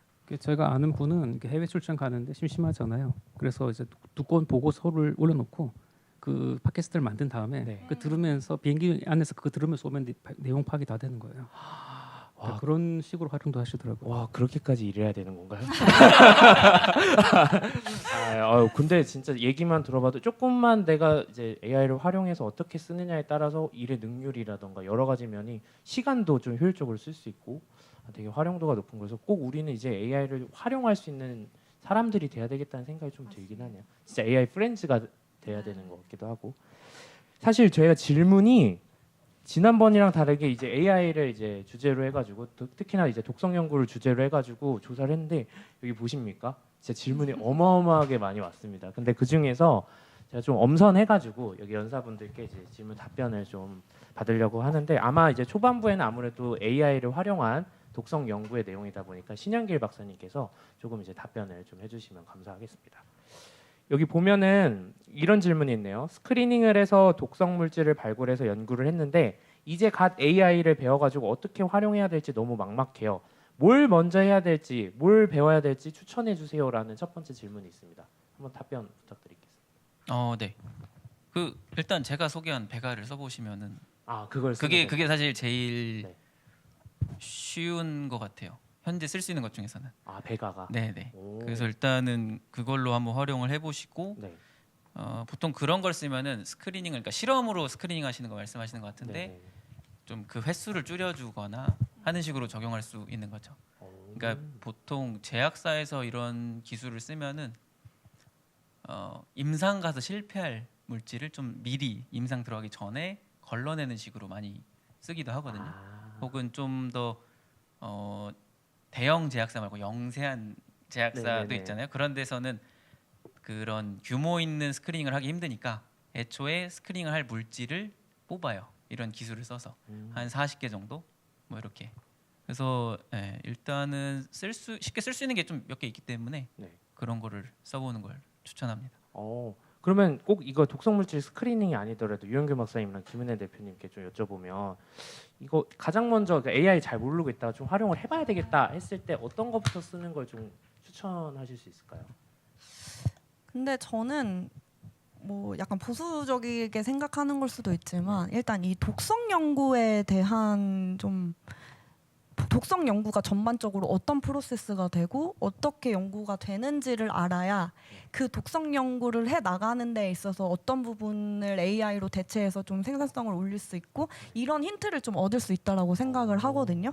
그래서 갑자기 AI 뭐 프롬프트를 잘 쓰거나 어떤 AI 툴을 잘 쓴다고 해서 갑자기 뭐 독성 연구에 고수가 된다? 이거는 조금 힘들 것 같아서 제 생각에는 좀 일단 그 독성 연구라는 그 프로세스 자체를 조금 파보는 시간을 가지시고 거기서 조금 AI 그러면 분명히 요 어떠한 인풋이 많이 들어가는 곳에 또 AI를 쓸 아이디어들이 좀 나올 거라고 전 생각하거든요. 요 그래서 그런 멘트를 부분을 신영길 조금 박사님이 해주셨으면 조금 더 뉘앙스 같은데. 근데 네, 그런 생각. 아. 왜냐하면 그 독성 연구를 모르고는 이 AI를 어떻게 쓸지 아이디어조차 없기 때문에. 네, 그래서 제 발표에서도 본질 얘기를 한 게 그런 맥락이라고 좀. 오히려 AI보다 독성 네, 연구도 네, 네, 좀 더 네, 하는 네. 연구를 본인의 네, 전공 분야. 네, 네. 유영규 박사님 그러면 그래도 이제 AI 어떤 프로그램이나 이런 걸 활용하는 데 있어 처음 활용하기에 좀 좋은 이런 거를 추천해 주신다면 어떤 게 있을까요? 그 일단은 뭐 절반은 농담이긴 한데 일단은 친구를 잘 만나야 된다. 친구를 잘 왜냐하면은 이게 네. 뭐 내가 다른 거 하면서 인공지능을 같이 잘하기 힘들거든요. 그러니까 그럼 특히 이제 도메인이 있는 분들이 그래서 저 같으면은 이제 저기 신영길 박사님한테 전화를 해서 한 밥 먹자고 할 것 같습니다. 밥 먹자고 하면은 이제 이게 모든 걸 잘할 수 없기 때문에 네. 같이 협력이 필요한 시대고요. 네. 그다음에 협력할 때 사실은 그 인공지능 전문가들이 말씀하신 것처럼 그쪽 도메인을 이해하는 게 쉽지 않아요. 그 과정이 많이 걸리는데 근데 좀 일이 빨리 진행되게 하는 거는 인공지능을 살짝 공부해서 최소한의 그 베이스라인, 최소한 기본적인 어떤 코드를 만들어 놓고 이걸 인공지능 이제 전문가분들한테 가져가서 내가 성능을 향상시키고 싶다 얘기하면 금방 빨리빨리 진행되거든요. 그래서 최소한의 이제 문제 정의하는 것들을 좀 익히셔야 되는데 그런 것들이 수학부터 뭐 수학이나 이론부터 배워서는 조금 느린 것 같고 제 생각할 때 바로 코딩으로 하는 겁니다. 코딩. 네, 바로 코딩으로 하고 요즘에 이제 코딩할 수 있는 툴들이 좋은 게 많이 있는데 예를 들어서 그 환경의 콜앱이 제일 만만하고요. 구글 콜앱 만만하고 그다음에 신영길 박사님한테 물어서 가장 쉬운 독성 물질 예측하는 코드가 뭐냐 이렇게 물어보셔가지고 네. 하나 가져와서 그걸부터 시작하는 걸 추천드립니다. 이론을 먼저 배우는 거는 사실 어렵고요. 네. 코드부터 시작하는 게 제일 저는 쉽다고 생각합니다. 그게 유튜브에 있습니다. 구독해달라는 얘기는 아니고요. 그 유튜브에 있습니까? 네네네. 꼭 봐야 되겠네요. 그리고 들으면서 또 생각한 네. 거는 제 생각에 검색할 때 많이 쓰거든요. 요즘에 인공지능. 네. 그걸로 활용하시면 좋을 것 같아요. 그러니까 스크리닝 한 결과를 검증할 때 다른데 논문의 결과가 있을 수도 있잖아요. 그렇죠. 네. 그런 거를 좀 효율적으로 찾으면 좋습니다. 그래서 뭐 추가적으로 퍼플렉시티나 진스파크, 코파일럿 뭐 이런 거 쓰면은 그런 걸 또 효율적으로 찾을 것 같아요. 퍼플렉시티, 진스파크, 코파일럿. 네네. 그러니까 좀 부연 설명드리면은 일단은 이 인공지능을 활용하는 게 두 가지잖아요. 그게 네. 한 개는 이제 수학적인 도구로서 인공지능 활용하는 거는 구체적인 어떤 코딩이 좀 필요한 작업이고요. 그거하고 또 이제 우리 생성 인공지능 활용하는 거는 에이전트로 활용하는 거는 그래서 에이전트 서비스들이 있거든요. 그걸 활용하는 거가 좀 다른 것 같아요. 예를 들면 챗GPT나 혹은 이제 이런 독성 쪽에도 이런 에이전틱 인공지능이 나와 있는지 모르겠지만 그런 걸 직접 활용할 수도 있고 아니면 이제 데이터 분석하는 코드를 내가 짜겠다고 할 수도 있고요. 그래서 저희가 아까 콜앱 말씀드린 거는 수학적인 도구로서 인공지능 활용할 때는 콜앱 환경이 좋습니다. 그리고 특히 요즘에 콜앱에 그 생성 인공지능으로 코딩하는 기능이 들어가 있어요. 그래서 그냥 말로만 가지고 그냥 치면은 코드가 만들어집니다. 만들어지고 예를 들어서 그 코드가 돌아가지 않아요. 네. 에러가 생기죠. 그러면 그 에러 가지고 이 에러가 왜 생긴 것 같아 설명해 보라 그러면은 수정 코드도 또 제시를 해요. 몇 번 반복하면 코드가 들어갑니다. 야. 코드를 이해할 필요가 없어요. 네, 그런 정도로 이제 콜앱 자체 안에서 환경도 다 구축되어 있고 네. 거기 이제 뭐 월 몇 달러 정도 내면은 생성 인공지능 기능을 쓸 수 있어가지고 프로그래밍이 상당히 쉽습니다. 콜앱이. 저희 정책협력실 선임님께서 지금 그 관련해서 이제 연구를 하고 계시거든요. 방금 얘기 듣고 끄덕끄덕 이러면서 아 필요하구나. 너무 좋은 정보를 알려주신 것 같아서 감사드립니다. 다음 질문 한번 넘어가 보도록 하는데 여기 2번으로 돼 있는 질문이 5가지가 있어요. 신영길 박사님 보셨죠? 네. 거기서 혹시 질문도 한번 읽어주시고 답변을 네. 한번 해주시면 좋겠는데 거기서 한번 일단은 제가 보는 거에서 가장 먼저 보이는 거는 독성 예측이 어디까지 가능할까요? 한계와 전망을 알고 싶습니다. 이렇게 돼 아마 있는데 이게 가장 브로드하게 물어보는 질문이었거든요.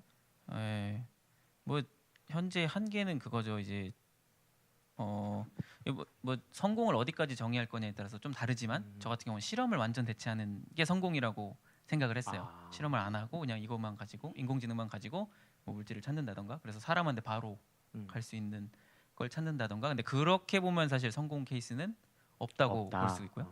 근데 많이 활용하는 걸 성공이라고 보면은 지금 이제 아까 제약사에서 임상에서 실패할 거를 걸러내는데 쓴다고 했잖아요. 그러니까 네네. 그 정도가 이제 현재 가장 많이 활용되는 상태입니다. 그래서 한계라고 하면은 실제로 그 인공지능이 약이 될 거라고 추천한 게 실제 약이 된 사례가 아직 없기 때문에 그게 아직까지는요? 조금은 아쉬운 부분이죠. 그래서 이거를 개선하기 위해서 요즘에 인공지능 신약 개발 회사가 여러 군데 시작을 한 것 같아요. 해외에서도 열심히 하고 있고. 근데 이제 의약품 개발이랑 반대로 물론 프로세스는 유사하긴 하지만 독성 효과나 독성 물질을 테스트할 때는 오히려 의약품의 성공률보다 훨씬 더 파악하기가 쉽지 않나요? 아니면 결과물을 산출하기가 유의미한 결과물을 산출하기가 더 높지 않나요?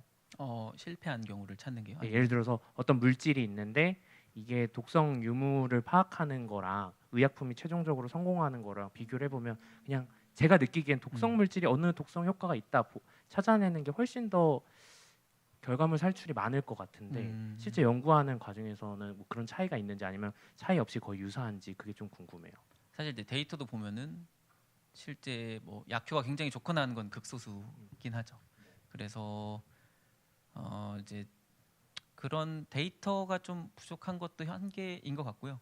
사실 오늘 생성 인공지능을 계속 얘기를 했는데 신약 쪽에서도 생성을 쓰려고 해요. 그러니까 구조를 제한해 주는 거예요. 그러니까 옛날에는 제가 아까 같이 소개한 프로그램에서 뭐 한 10,000개를 집어넣어서 그 중에 뭐 가능성 높은 걸 추려냈다면 이제 역으로 인공지능한테 신약이 될 가능성이 높은 구조를 제한을 해줘. 그러면 얘가 구조를 막 만들어내요. 그래서 그런 방향으로 연구가 되고는 있는데 네. 이제 실제 해봤을 때 좀 실험하시는 분들이 봤을 때 마음에는 안 든다. 약간 그렇긴 했습니다. 근데 그 방향으로도 연구가 많이 되고 있고 네. 사실 이제 아까 AI 프렌즈 수요 세미나 얘기를 했는데 마지막 수요일 24일인가 그때 인공지능 신약개발 경진대회에서 수상한 분을 모셔서 네. 세미나를 한번 할 예정입니다. 그래서 아까 그때 얘기한 좀 거는 더- 저희 방송 촬영 전에 얘기한 거고요. 한번 소개를 제대로 한번 제가 해주실까요? 그랬나요? 네. 네네네. 그래서 저희가 수요일 저녁마다 네. 세미나 하거든요. 네. 라이브로 하고 7시부터 하는데 네. 요번에 사실 저희 팀에 같이 계신 박사님이고 그분한테 좀 부탁을 드렸어요. 그래서 최근에 논문 나간 내용인데 생성 모델을 신약 개발에 적용한 건데 그거 소개를 해주실 것 같습니다. 항암제를 설계하는. 항암제. 네. 여기 지금 실시간으로 질문이 하나 들어와서 네. 신영일 박사님 답변을 부탁드리겠는데요. 저분자 의학과 바이오 의학의 인실리코 독성 모델 개발 시 차이점이 있는지 물어보는 질문입니다. 네. 그 제가 아까 발표할 때 구조를 숫자로 바꾼다고 했잖아요. 네. 근데 그 아까 제 슬라이드엔 저분자 화합물만 있었거든요. 그 바이오 의약품 뭐 단백질이나 이런 건데 저분자 화합물을 그렇게 숫자로 바꾸는 기술들이 그 단백질 구조에는 적용하기가 좀 어려워요. 그래서 다르군요. 이제 보통은 별도로 만들기도 하고 네. 알파폴드가 이제 대표적으로 그런 네. 시퀀스 넣어서 구조 찾는 거잖아요. 사실 네. 이제 그런 쪽의 기술이 바이오 의약품 독성 예측하는 데 써야 되지 않나 싶습니다. 근데 그 바이오 의약품 독성 예측하는 모델은 뭐 실제로 저는 못 본 것 같아요. 데이터베이스 같은 건 좀 봤거든요. 근데 그렇게 알파폴트처럼 구조를 예측하는 거 말고 독성을 예측하는 거는 제가 아직은 잘 모르겠어요. 아직은 못 본 것 같아요. 그리고 하나만 더 이제 독성 연구 관련해서 질문을 드리자면 요거는 조금 재밌는 질문이더라고요. 요 질문으로 드리도록 하겠습니다. 저는 화학물질 분자 구조로 독성 예측 연구를 하고 있습니다. 독성이 없는 가장 안전한 화학물질 구조를 디자인하는데 활용 가능한 AI 기술이 있을까요? 이런 질문이 있네요. 오히려 네. 이제 독성을 예측하는 게 아니라 무독성, 독성이 없는 물질을 이렇게 화학물질 구조 디자인하는. 네. 근데 이 독성이 없다는 표현이 사실 참 어려운 게 독성은 농도의 문제잖아요. 그쵸. 독성이 없다? 물도 5리터 먹으면 죽는데요.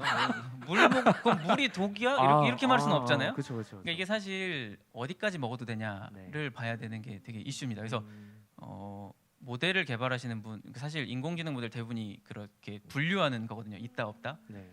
그게 독성에서는 좀 안 맞지 않나. 그러니까 예를 들어서 타이레놀을 먹어도 간독성이 있지만 간독성 때문에 그 복용량을 조절을 하잖아요. 네. 그래서 저는 생각할 때 그렇게 먹어도 되는 적정 농도량을 측정해 주는 그런 걸 추천해 오히려. 주는 게 맞다. 독성이 없다고 말할 수는 그 말 자체가 조금 어폐가 있다. 어폐가 있다. 네네. 오, 확 와닿는데 그 답변이. 그럼 거꾸로 우리가 독성의 정도를 정량적으로 수치화할 수 있으면은 예를 들어서 조금 더 내가 사람이 이만큼의 독성을 받아들일 수 있으니까 약을 이만큼만 먹는다든지 뭐 이런 식으로 그러니까 독성 양을 좀 컨트롤할 수도 있을 것 같은데요. 네네. 사실 임상 일상에서 보는 게 어디까지 먹어도 되나를 측정을 하거든요. 근데 그 부분을 사실 어느 정도 찾아주면은 좀 도움이 될 수 있죠. 그러니까 뭐 약을 엄청 많이 드시는 분들 있잖아요. 이게 다 네. 먹었을 때 이게 약간 서로 영향이 없을까, 간에 네네. 물이 안 갈까 이런 것들이 걱정될 때가 있는데 네네. 그런 것들을 좀 계산을 미리 할 수 있지 않을까 싶거든요. 네네. 그 혼합물, 그러니까 약을 여러 개 복용했을 때 나타나는 효과도 예측 모델이 있긴 있습니다. 오. 드럭 인터랙션이라고 DDI라고 부르는데 그런 쪽이 데이터가 조금 있어가지고 모델이 있긴 한데, 근데 이제 실제로 먹을 때 막 2개를 섞어 드실 수도 있고 3개를 섞어 드실 수도 있고 막 이렇게 막 조합이 늘어날 수 있잖아요. 근데 아마 대부분 제가 알기로는 2개를 조합했을 때 나타나는 부작용 정도만 예측이 되는 것 같아요. 그러니까 이게 인공지능의 한계 중에 하나가 데이터에 있는 것만 학습을 할 수 있다 보니까 그 데이터에 막 4가지 조합에 대한 데이터가 별로 없으면 그거는 좀 어렵죠. 자, 안 그래도 방금 이제 데이터 말씀을 하셨기에 이제 데이터 관련된 질문이 꽤 많아서 이건 유영균 박사님도 좀 답변을 해주실 수 있을 것 같은데 그 독성 연구 분야 또는 원자력 쪽에서 활용하고 있는 연구 분야에서 그 데이터를 어떻게 활용하는지에 대한 질문이 좀 많더라고요. 그래서 먼저 그 질문을 먼저 말씀드리면 연구 관련해 가지고 기존에 쌓는 이 데이터들 그 보관 및 활용하는 데 있어서 어떤 절차 각 기관별로 어떻게 활용하고 있는지를 좀 물어보는 질문이 있었거든요. 혹시 유영균 박사님은 또 원자력 연구원에서 이런 AI가 활용하는 그런 데이터들 어떤 식으로 저장하고 있고 보관하고 있고 활용하는지를 답변해 줄 수 있을까요? 네. 잘 해야 되는데 잘 못 하고 있어요. 그러니까 좀 약간 아직까지 저희도 체계적으로 해야 되는데 좀 주먹구구식으로 하고 있어서 사실은 연구 과정에서 상당한 노력들이 그 데이터를 가지고 오고 데이터를 내가 이제 해석할 수 있는 형태를 변환하는데 많은 노력이 듭니다. 예를 들어서 원자로 데이터 같은 경우도 그 데이터를 바로 우리가 인공지능에 활용할 수 없거든요. 근데 일단 그걸 가지고 오는 것부터가 힘들고 가지고 와서 변환하고 뭐 이런 것들이 너무 좀 힘들긴 해요. 사실 그런 과정을 좀 체계적으로 해야 되는데 그런 질문을 들을 때마다 좀 반성을 하고 있습니다. 그러면 이 네. 핵을 찌른 질문에 핵을 찌른 질문이네요. 정확하게 독한 질문입니다. 독한 질문. 이거 정확한 질문. 네. 신영길 박사님 저희 연구소. 저희 연구소 네. 이게 데이터 수집이 네. 이게 막 인공지능 쓴다 그러면 막 되게 세련되게 할 것 같고 그런데 네. 데이터 모으는 과정을 보면은 네. 그냥 3D거든요. 네. 그 굉장한 3D입니다. 그래서 막 저 같은 경우도 데이터 톡스타를 예를 들면은 네네. 그것도 그 임상 보고서를 가지고 데이터를 추출한 거거든요. 그 정확히 말하면 시판 후 보고서, 네. 약이 판매된 다음에 보고서 또 있잖아요. 근데 그때 한 그거를 어떻게 정리할지 한 6개월 정도 헤맸던 것 같아요. 그러니까 막 모았다가 갈아엎고 다시 분석하고 그게 되게 힘든데 인공지능 이제 모델 만드는 데 관심이 있는 분들은 사실 데이터를 들여다보는 데는 관심이 좀 없으시더라고요. 그래서 막 모델을 만드는 건 점점 쉬워지는데 데이터를 정리하는 건 여전히 3D 업종 같은 식으로 일을 해야 되는 그런 게 있어요. 그래서 좀 이제 저희 연구소 좀 더 체계화되면 좋지 않을까 생각을 합니다. 한 가지 일화가 있는데 저희가 이제 공동 연구를 했습니다. 네. 그 저희가 데이터를 준비해서 주면은 거기서 인공지능 모델 만들어 주기로 했었는데요. 그게 한 1년 동안 연구 기간 동안 저희가 데이터 준비가 안 된 거예요. 너무 네. 오래 걸리는 거죠. 네. 그래서 데이터를 거의 그 끝나기 직전에 드렸어요. 그러면서 혼났습니다. 제가 연구비를 드리면서 데이터 늦게 줬다고 혼났죠. 이게 그 과정을 사실 그게 쉽지 않거든요. 그래서 네네. 대부분의 시간이 데이터를 가공하고 그걸 준비하는 시간이 많이 걸리고 그 인공지능 모델 만드는 시간은 사실은 얼마 안 걸리죠. 네. 근데 그렇게 분석해 보니까 깨달은 게 있습니다. 뭐냐면 데이터가 엉터리였다. 데이터 잘못 모았다. 이런 것들 깨달아요. 그래서 이 교훈 중에 하나는 너무 많은 데이터를 한 번에 제대로 모으려고 하지 말자. 조금이라도 데이터가 모이면 그걸로 일단 이제 모델 만드는 거 시작을 해봐야지. 아 이게 내가 잘못 봤구나 하면서 수정이 되는데 1년 내내 모은 데이터가 이제 갑이졌다는 거를 이제 모델 돌려보면 아는 거죠. 그런 시행착오가 많습니다. 인공지능 프로젝트 하다 보면. 아니 뭐 AI 방금 말씀하신 걸 좀 정리를 해보면 AI는 어떤 알고리즘이라고 표현하는 게 맞는지 잘 모르겠지만 어떤 그런 프로세스는 점점점 개발이 되는데 근본적인 데이터를 모으는 거에 가장 큰 문제 그 데이터 그 결국엔 로우 데이터가 결국은 제일 중요하거든요. 그 되게 공감을 많이 하시죠. 김은혜 대표님께서 또 사회과학 쪽이나 이런 쪽에선 또 이러한 데이터 활용 이런 거를에 대해서 좀 말씀해 주실 게 있다면. 네, 뭐 저도 회사 다녔을 때 이런 인공지능 관련된 프로젝트를 하다 보면 제일 시간 많이 쓰는 거는 데이터 일단 전처리 과정 하는 게 전처리 과정 이게 어떤? 그러니까 데이터를 분석을 하려면 그러니까 뭐 아주 쉬운 예시로 뭐 전화번호도 예를 들어서 뭐 다시 이렇게 쓰는 경우가 있고 다시를 안 쓰는 경우도 있고 막 이런 식으로 막 엉망진창으로 막 데이터들이 실존 너무 힘드셨어요? 엉망진창으로 모여 있으면 네. 그거를 이제 일괄적으로 다 포맷을 맞추고 이거를 모델에 넣을 수 있도록 그런 데이터들을 전처리를 하는 과정이 거의 뭐 한 7, 80%의 시간을 좀 잡아 먹었던 정도 것 수준이에요? 같아요. 네, 사실 그것만 되면 모델링 하는 거는 거의 네, 뭐 시간이 많이 걸리진 않는데 그래서 이 부분도 좀 AI가 어떻게 좀 해줄 수 있을 거라고 저는 해줄 수 있지 않을까? 네, 그 데이터 정도는- 전처리나 뭐 네. 데이터 모으는 그런 설계 이런 거에 조금 도움이 많이 되면 좋겠어요. 저는 개인적으로. 네. 네, 요즘에 생성인공지능이 데이터 전처리하는 데 많은 도움을 주고 있다고 네. 알고 있고요. 이게 뭐 저희도 하나 예를 들어서 이제 원자로에서 데이터가 있으면은 예를 들어서 이거를 다 모아 봤더니 특정한 센서가 고장이 나서 신호가 안 들어오고 있는 거예요. 네. 이런 것들이 많고 아니면은 계측기를 바꾸면서 애들이 단위를 바꿔놨어. 갑자기 1씩 들어오다 1000씩 들어오는 거죠. 그런 것들이 많아요. 그러니까 그런 것들 다 빼고 나니까 이 살릴 수 있는 데이터가 없어요. 그러면은 또 이 데이터가 안 들어온 구간을 그래도 써먹기 위해서 여기를 뭐 어떤 값을 채워 넣어야 되나부터 해서 여러 가지 고민들 많이 해줘야 됩니다. 그렇구나.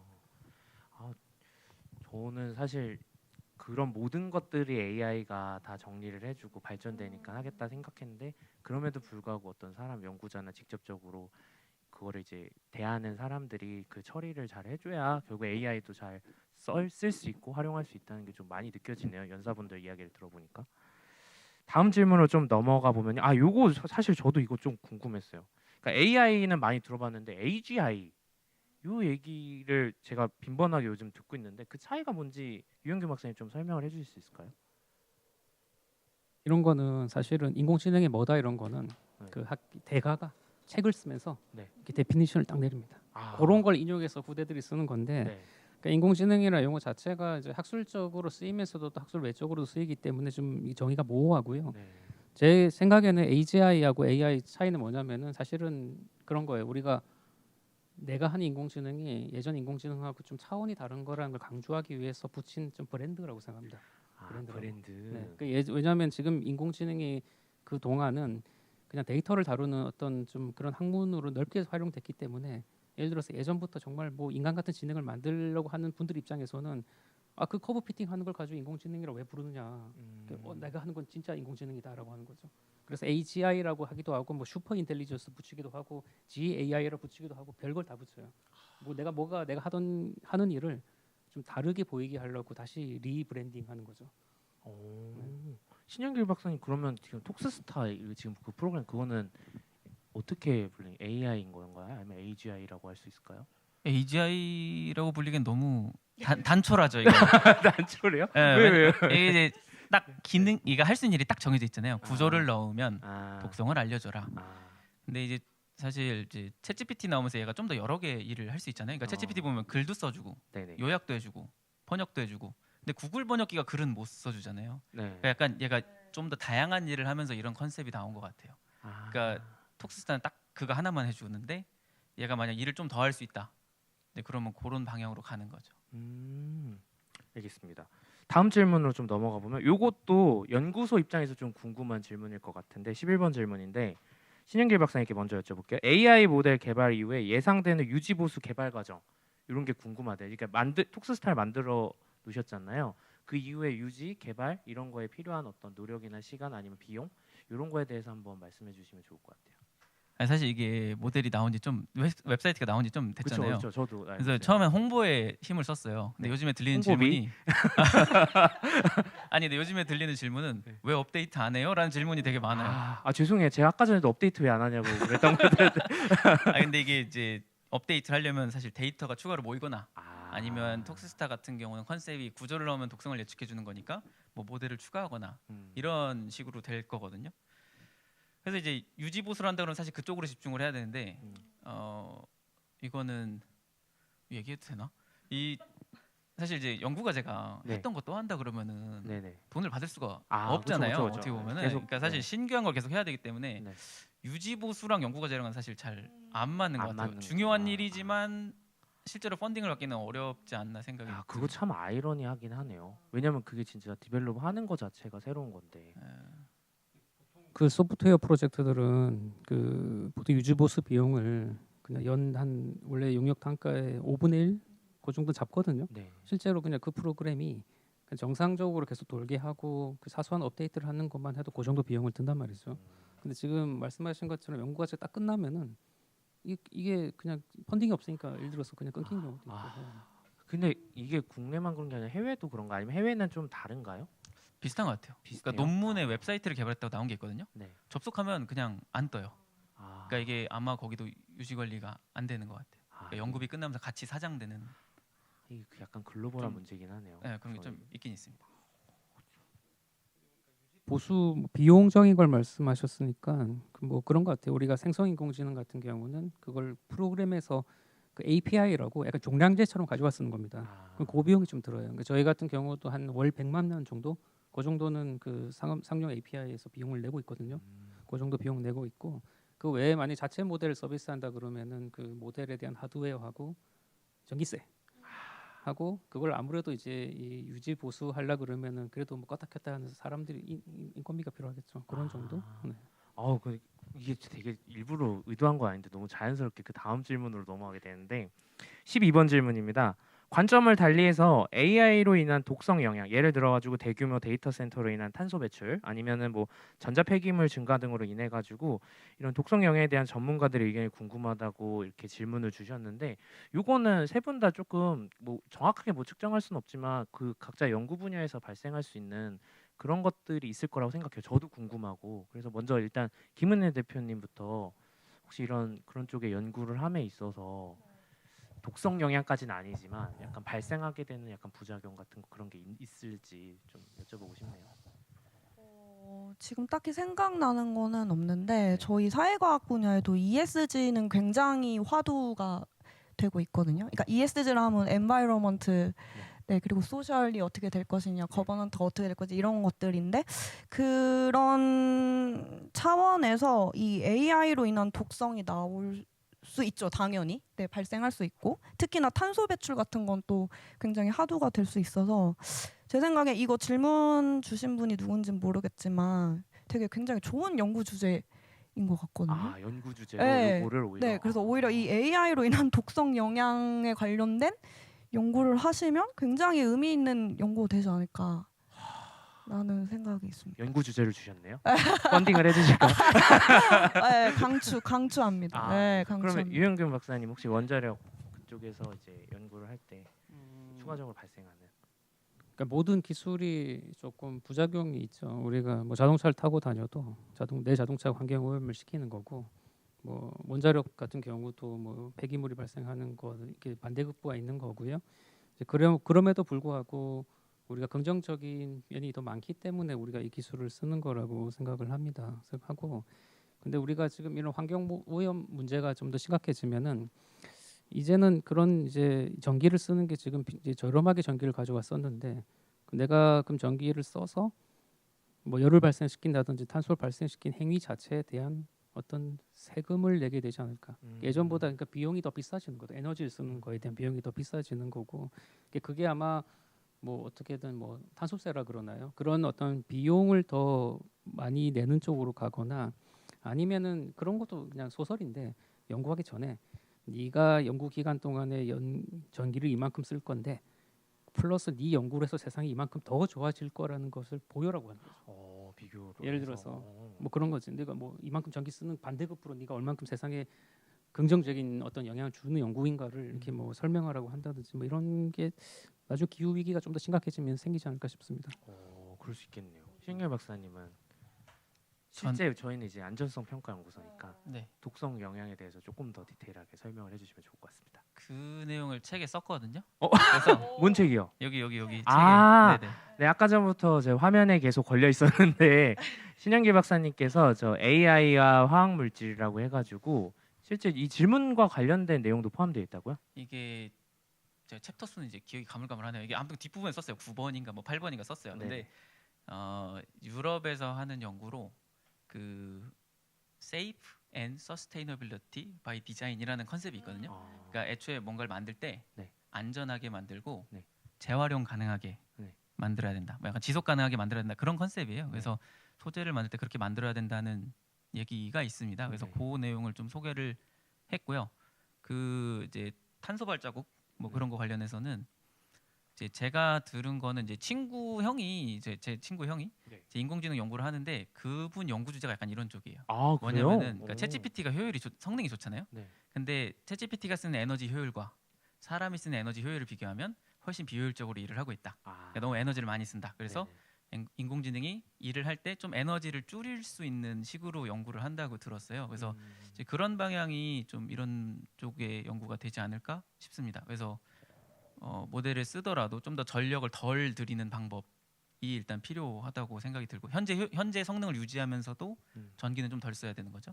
그리고 그런 서버 같은 걸 만들 때도 애초에 사용되는 소재나 이런 것들이 재활용이 가능하거나 혹은 이제 환경에 좀 덜 영향을 주는 방향으로 설계가 되거나. 그래서 뭐 저도 이게 정확한 말인지 모르지만 그 데이터 센터 이런 걸 뭐 바다 해저에다가 구축해야 된다 뭐 이런 소식을 듣기도 했건 그게 진짜 실제 일리가 있는 말일까요? 근데 바다 열이 발생하면 그 바닷물이 뜨거워지는 거잖아요. 그러니까 저도 그 생각이 들어서 그러니까 결론적으로는 이게 위에 있든 아래에 있든 간에 이게 생태에 영향을 미쳐서 우리한테 영향을 미친다던가 아니면 직접적으로 영향을 미친다던가 결국 발생하는 건 동일할 거라는 생각이 들어서 이게 맞는 방향인가라는 생각이 그 기사를 보면서 순간 좀 들긴 하더라고요.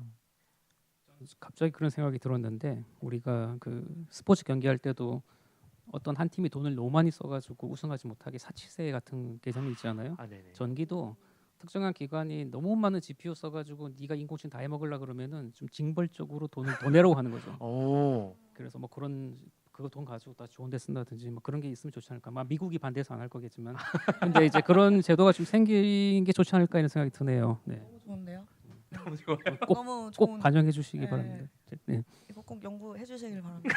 네. 또 실시간으로 추가 질문이 왔다고 하네요. 이거 읽어드리면 원자력 연구원에서 개발하신 원자력 분야 전용 자체 모델은 활용도가 어떤지 궁금한데 만드신 게 얼마나 활용되는지 그리고 내부 연구원들도 많이 활용하고 연구에 실질적인 도움을 주고 있는지 궁금합니다라는 글이 올라왔다고 합니다. 네, 그 저희가 두 가지죠. 하나는 인터넷에서 되는 환경에서 쓰는 챗봇이 있고 인터넷 안 되는 곳에 챗봇이 있는데, 물론 인터넷 안 되는 데서 쓰는 챗봇이 자체 모델이기 때문에 성능이 떨어집니다.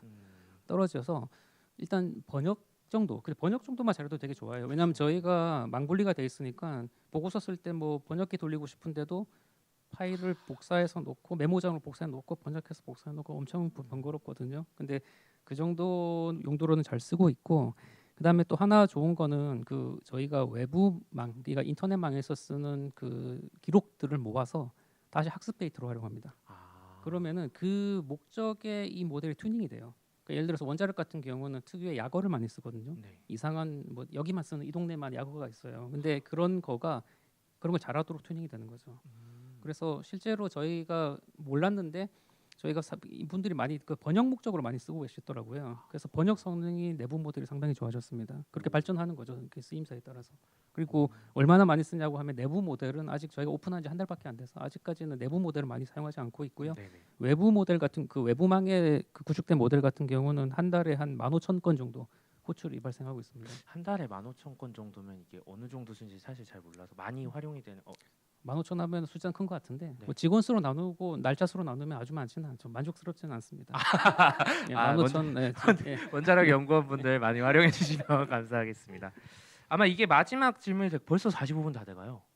와, 장난 아니에요. 아, 그리고 하나 미리 말씀드리면 저기 앞에 있는 AI와 화학물질 저 책자를 아마 사전 등록하신 분들은 아시겠지만 저거를 저희가 실제 신영길 박사님 사인을 받아가지고 지금 질문을 읽어드린 분들에게 저희가 택배로 배송을 해드릴 예정이니까요. 네, 일단 질문 주신 모든 분들 감사하다는 말씀 마무리를 할 때쯤에야 네, 말씀을 드리고 예, 이 질문으로 좀 이제 토크를 마무리하려고 합니다. 이게 어찌 보면 뭐 독성 연구를 떠나서 이 AI를 활용해서 연구하는 사람들에게 있어서 가장 중요한 생각과 방향성이지 않을까 싶은데요. 9번 질문입니다. AI가 기초 연구 분야에서 사람을 대체할 수 있을까요? 라는 질문입니다. 아마 AI를 연구하시는 분이나 아니면 일반 대중분들도 AI가 너무 발전하면 사람을 대체하지 않을까 이런 우려와 걱정을 하고 계신데 각 분야의 이제 전문가분들께 한마디씩 들어보고 요 톡톡 토크를 마무리하고자 합니다. 먼저 신양길 박사님부터 말씀해 주시면 좋을 것 같아요. 네, 이 대체 일자리가 없어진다는 얘기잖아요, 사실. 그렇죠? 네. 근데 뭐 일자리가 그러니까 뭐 해고됐다는 기사는 아마 종종 보셨을 것 같아요. 뭐 이미지 디자인하는 분들이나 혹은 뭐 카피라이터 같은 분들. 근데 이제 코딩 쪽에서도 이제 얼마 전에 사실 수요 세미나에서 또 언급이 있었는데 주니어 개발자는 대체가 되고 있다는 언급이 있었습니다. 그러니까 이게 포닥 얘기하시는 겁니까? 제가 포닥이거든요. 그렇게 구체적이지 않았어요. 죄송합니다. 네, 말씀해 주시죠. 근데 이제 그런 현상이 실제로 있기 때문에 네. 이제 없다고 말할 수는 없는 것 같아요. 사실 주변에서 보지는 못했지만 이제 그런 소식이 들려오니까 불안감을 느끼시는 분들도 꽤 있는 것 같아요. 근데 또 반대로 생각하면은 이게 인공지능을 통해서 기존에 하기 힘들었던 거에 대한 진입 장벽이 많이 낮아진 것도 사실이거든요. 그래서 어떻게 보면 적극적으로 활용을 하시면 새로운 기회를 더 많이 찾을 수 있지 않나 생각도 듭니다. 그 책 중에서 그 송기령 박사님인가? 네. 네. 그 시대예보란 책이 있거든요. 근데 거기서 약간 그런 언급이 있어요. 그러니까 앞으로 핵개인의 시대가 올 거다. 근데 이제 개인이 인공지능을 쓰면서 그 원래 기존의 개인이 할 수 있는 것보다 훨씬 더 많은 걸 할 수 있기 때문에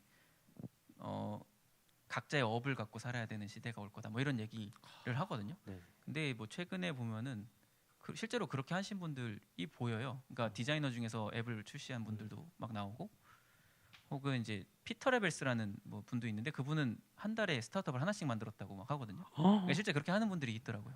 근데 그게 이제 나오면서 그렇게 된 거라서 기존의 업이 사라지는 만큼 또 새로운 업이 늘어나게 될 것 같습니다. 말씀 감사합니다. 김은혜 대표님께서는 저도 같은 의견이에요. 그러니까 일자리가 지금의 형태로 가진 않을 것 같아요. 왜냐면 아까 앞서 말씀해 주셨던 것처럼 주니어 코더들이, 그러니까 AI가 없던 시절엔 정말 코드를 한 땀 한 땀 쳤었던 거죠. 주니어 코더들이. 근데 이제는 그런 일은 한 땀 한 땀 치지 않고 이제 AI가 다 해줄 수 있고, 그러면 이제 그 씬에서 할 수 있는 건 그 분야에 관록 있는 어떠한 시니어가 그거에 대한 최종 검수와 의사결정 하는 그런 사람들만 사실은 이제 남아 가겠죠. 그런 사람들이 이제 AI를 더 쓰실 거고요. 그러다 보니까 그 어떤 업에 대한 일자리 개편이 될 거는 분명한 자명한 미래인 것 같고요. 그렇지만 말씀해주신 것처럼 그 업에 조금 형태가 바뀐 바뀔 수 있다라고 저는 생각을 하고 왜 그 옛날에 산업혁명 같은 경우 뭐 사람이 한 땀 한 땀 이렇게 물건을 만들었는데 이제 공장이 기계가 생겨가지고 대량 생산이 됐잖아요. 네. 그래서 그런 사람들이 다른 업을 찾아갔듯이 이제는 요 사람이 한 땀 한 땀 했던 글이나 영상이나 요런 거를 했던 사람들이 이제 AI가 대량 생산이 되면서 분명 그 업을 잃게 될 거란 말이죠. 아, 그러면 그런 사람들도 분명히 어떤 일자리의 재개편에 흡수가 되거나 창출을 하거나 그런 형태가 되지 않을까라는 생각이 좀 잘 있습니다. 활용해서 배우고 떠나라. 자기 살 길은 자기가 자기 찾아야 살 된다. 찾아야 된다. 예, 예. 네, 알겠습니다. 더 불안해지고 있습니다. 일단 마지막으로 이현경 박사님 말씀 들어보도록 하겠습니다. 네, 그 연구자가 없어진다는 건 아니라 연구자 역할이 바뀔 거라고 생각을 합니다. 그 한 가지 좀 다른 사례로 예를 들면은 예전에 그 화가들이 하는 일들이 화가분들이 사실적으로 그림 그리는 것들이 대단히 중요했죠. 특히 이제 초상화 그린다든지 이런 것들이 중에 사실적으로 그림을 그리는 것들이 예술인 시대가 있었는데 그게 사진기가 나오면서 내가 사실적으로 그림 그리는 거에 대한 가치가 많이 없어졌어요. 그러면서 예술이라는 것 자체가 그 예술 케이스 자체가 바뀌었죠. 우리가 사실적으로 그림 그리는 것보다 내 안에 어떤 다른 걸 표현할 수 있는 식으로 예술의 장르가 바뀌게 되고 또 사진은 사진 그대로 사진 처음에는 그 예술로 인정받지 못했습니다. 그런데 이것도 사진 자체도 어떤 그 피사체의 구도라든지 소품이라든지 이런 것들 자체가 이제 예술로서 인정받죠. 이제는 그런 것처럼 우리가 새로운 기술이 나오면서 그 예술이 그 미술이라는 분야 자체도 바뀌었고요. 연구자도 마찬가지라 생각합니다. 이제 연구 과정에서 있는 많은 일들이 사실 자동화를 못할 일들이 별로 없거든요. 그러니까 많은 부분들이 자동화되면서 연구자들의 역할이 이제는 바뀔 거라고 생각을 하고요. 그런 것들이 예를 들어서 이제 내가 예전 팀으로 해야지 할 수 있는 일들이 이제 개인 하나하나가 과제 책임자가 되는 거죠. 이제는 이런 인공지능 에이전트들을 내 팀원을 이제 과제원들을 이제 거느려서 하면 이제 이런 시대에서는 이제 내가 직접 연구하는 것보다 어떻게 에이전트를 잘 구성하는가 이런 것들이 경쟁력이 될 수 있다고 생각합니다. 그래서 저는 아무튼 새로운 시대에는 연구자가 필요 없어지는 게 아니라 연구자의 역할이 바뀔 거라고 생각합니다. 네, 이 새로운 시대에는 네, 다른 연구자의 역할 필요하지 않나 생각합니다. 네, 이렇게 마지막에 다행히 희망을 안고. 근데 다 세 분 다 똑같은 말씀을 하신 것 같아요. 그래서 이러한 연구자의 역할, 새로운 역할을 또 그 시대를 잘 이해하고 또 그거를 따라갈 수 있는 또 연구자가 계속 본인 소양을 또 기르는 것도 참 중요한 것 같습니다. 네, 이렇게 해서 네, 오늘 독성정책 연구 포럼 AI가 독하네 AI를 활용한 독성 연구에 대해서 이야기를 나눠봤고요. 오늘 45분 처음에 말씀드렸을 때 좀 긴가 싶었는데 금방 지나갔어요. 사실 저도 좀 놀랐는데 세 분께서 너무 재밌게 이야기 나눠주셔서 진심으로 감사드립니다. 이 독성정책 연구 포럼은 산학연 관계자뿐만 아니라 대중도 함께할 수 있는 유익한 논의의 장으로 이제 만들어갈 예정입니다. 앞으로도 독성 연구의 발전과 정책적 방향성을 제시할 수 있도록 끊임없이 포럼을 통해서 이야기 나누도록 하겠습니다. 네, 한 가지 안내 말씀을 드리려고 하는데요. 네, 지금 보이는 그림을 보시게 되면 안전성평가연구소 기술정책협력본부 정책협력실에서 운영하고 있는 독성과 관련된 모든 정보 그리고 연구자들이 모이는 포털 사이트가 있습니다. 독성을 연구하는 사람들이라고 해서 독사라는 포털입니다. 독성을 연구하는 사람들도 모이시고 그다음에 독성 관련된 최신 이슈, 동향 그리고 오늘 포럼 영상도 독사 포털에서 다시 보실 수 있으니까요. 많은 관심 부탁드리도록 하겠습니다.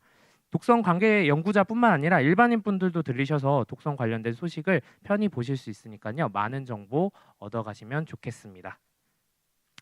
네, 끝으로 진짜 바쁜 일정 중에서도 오늘 박사님도 막 연구과제 쓰신다고 막 밤을 새셨는데 이렇게까지 함께해 주셔서 너무 감사드리고요. 네, 다음에도 또 좋은 이런 포럼 자리에서 다시 또 인사를 드릴 수 있으면 좋겠습니다. 네, 일단 감사드립니다, 연사님들. 네, 오늘 포럼 이렇게 마무리하도록 하겠습니다. 저희는 제3회는 내년에 인사를 드리도록 하겠습니다. 네, 감사합니다.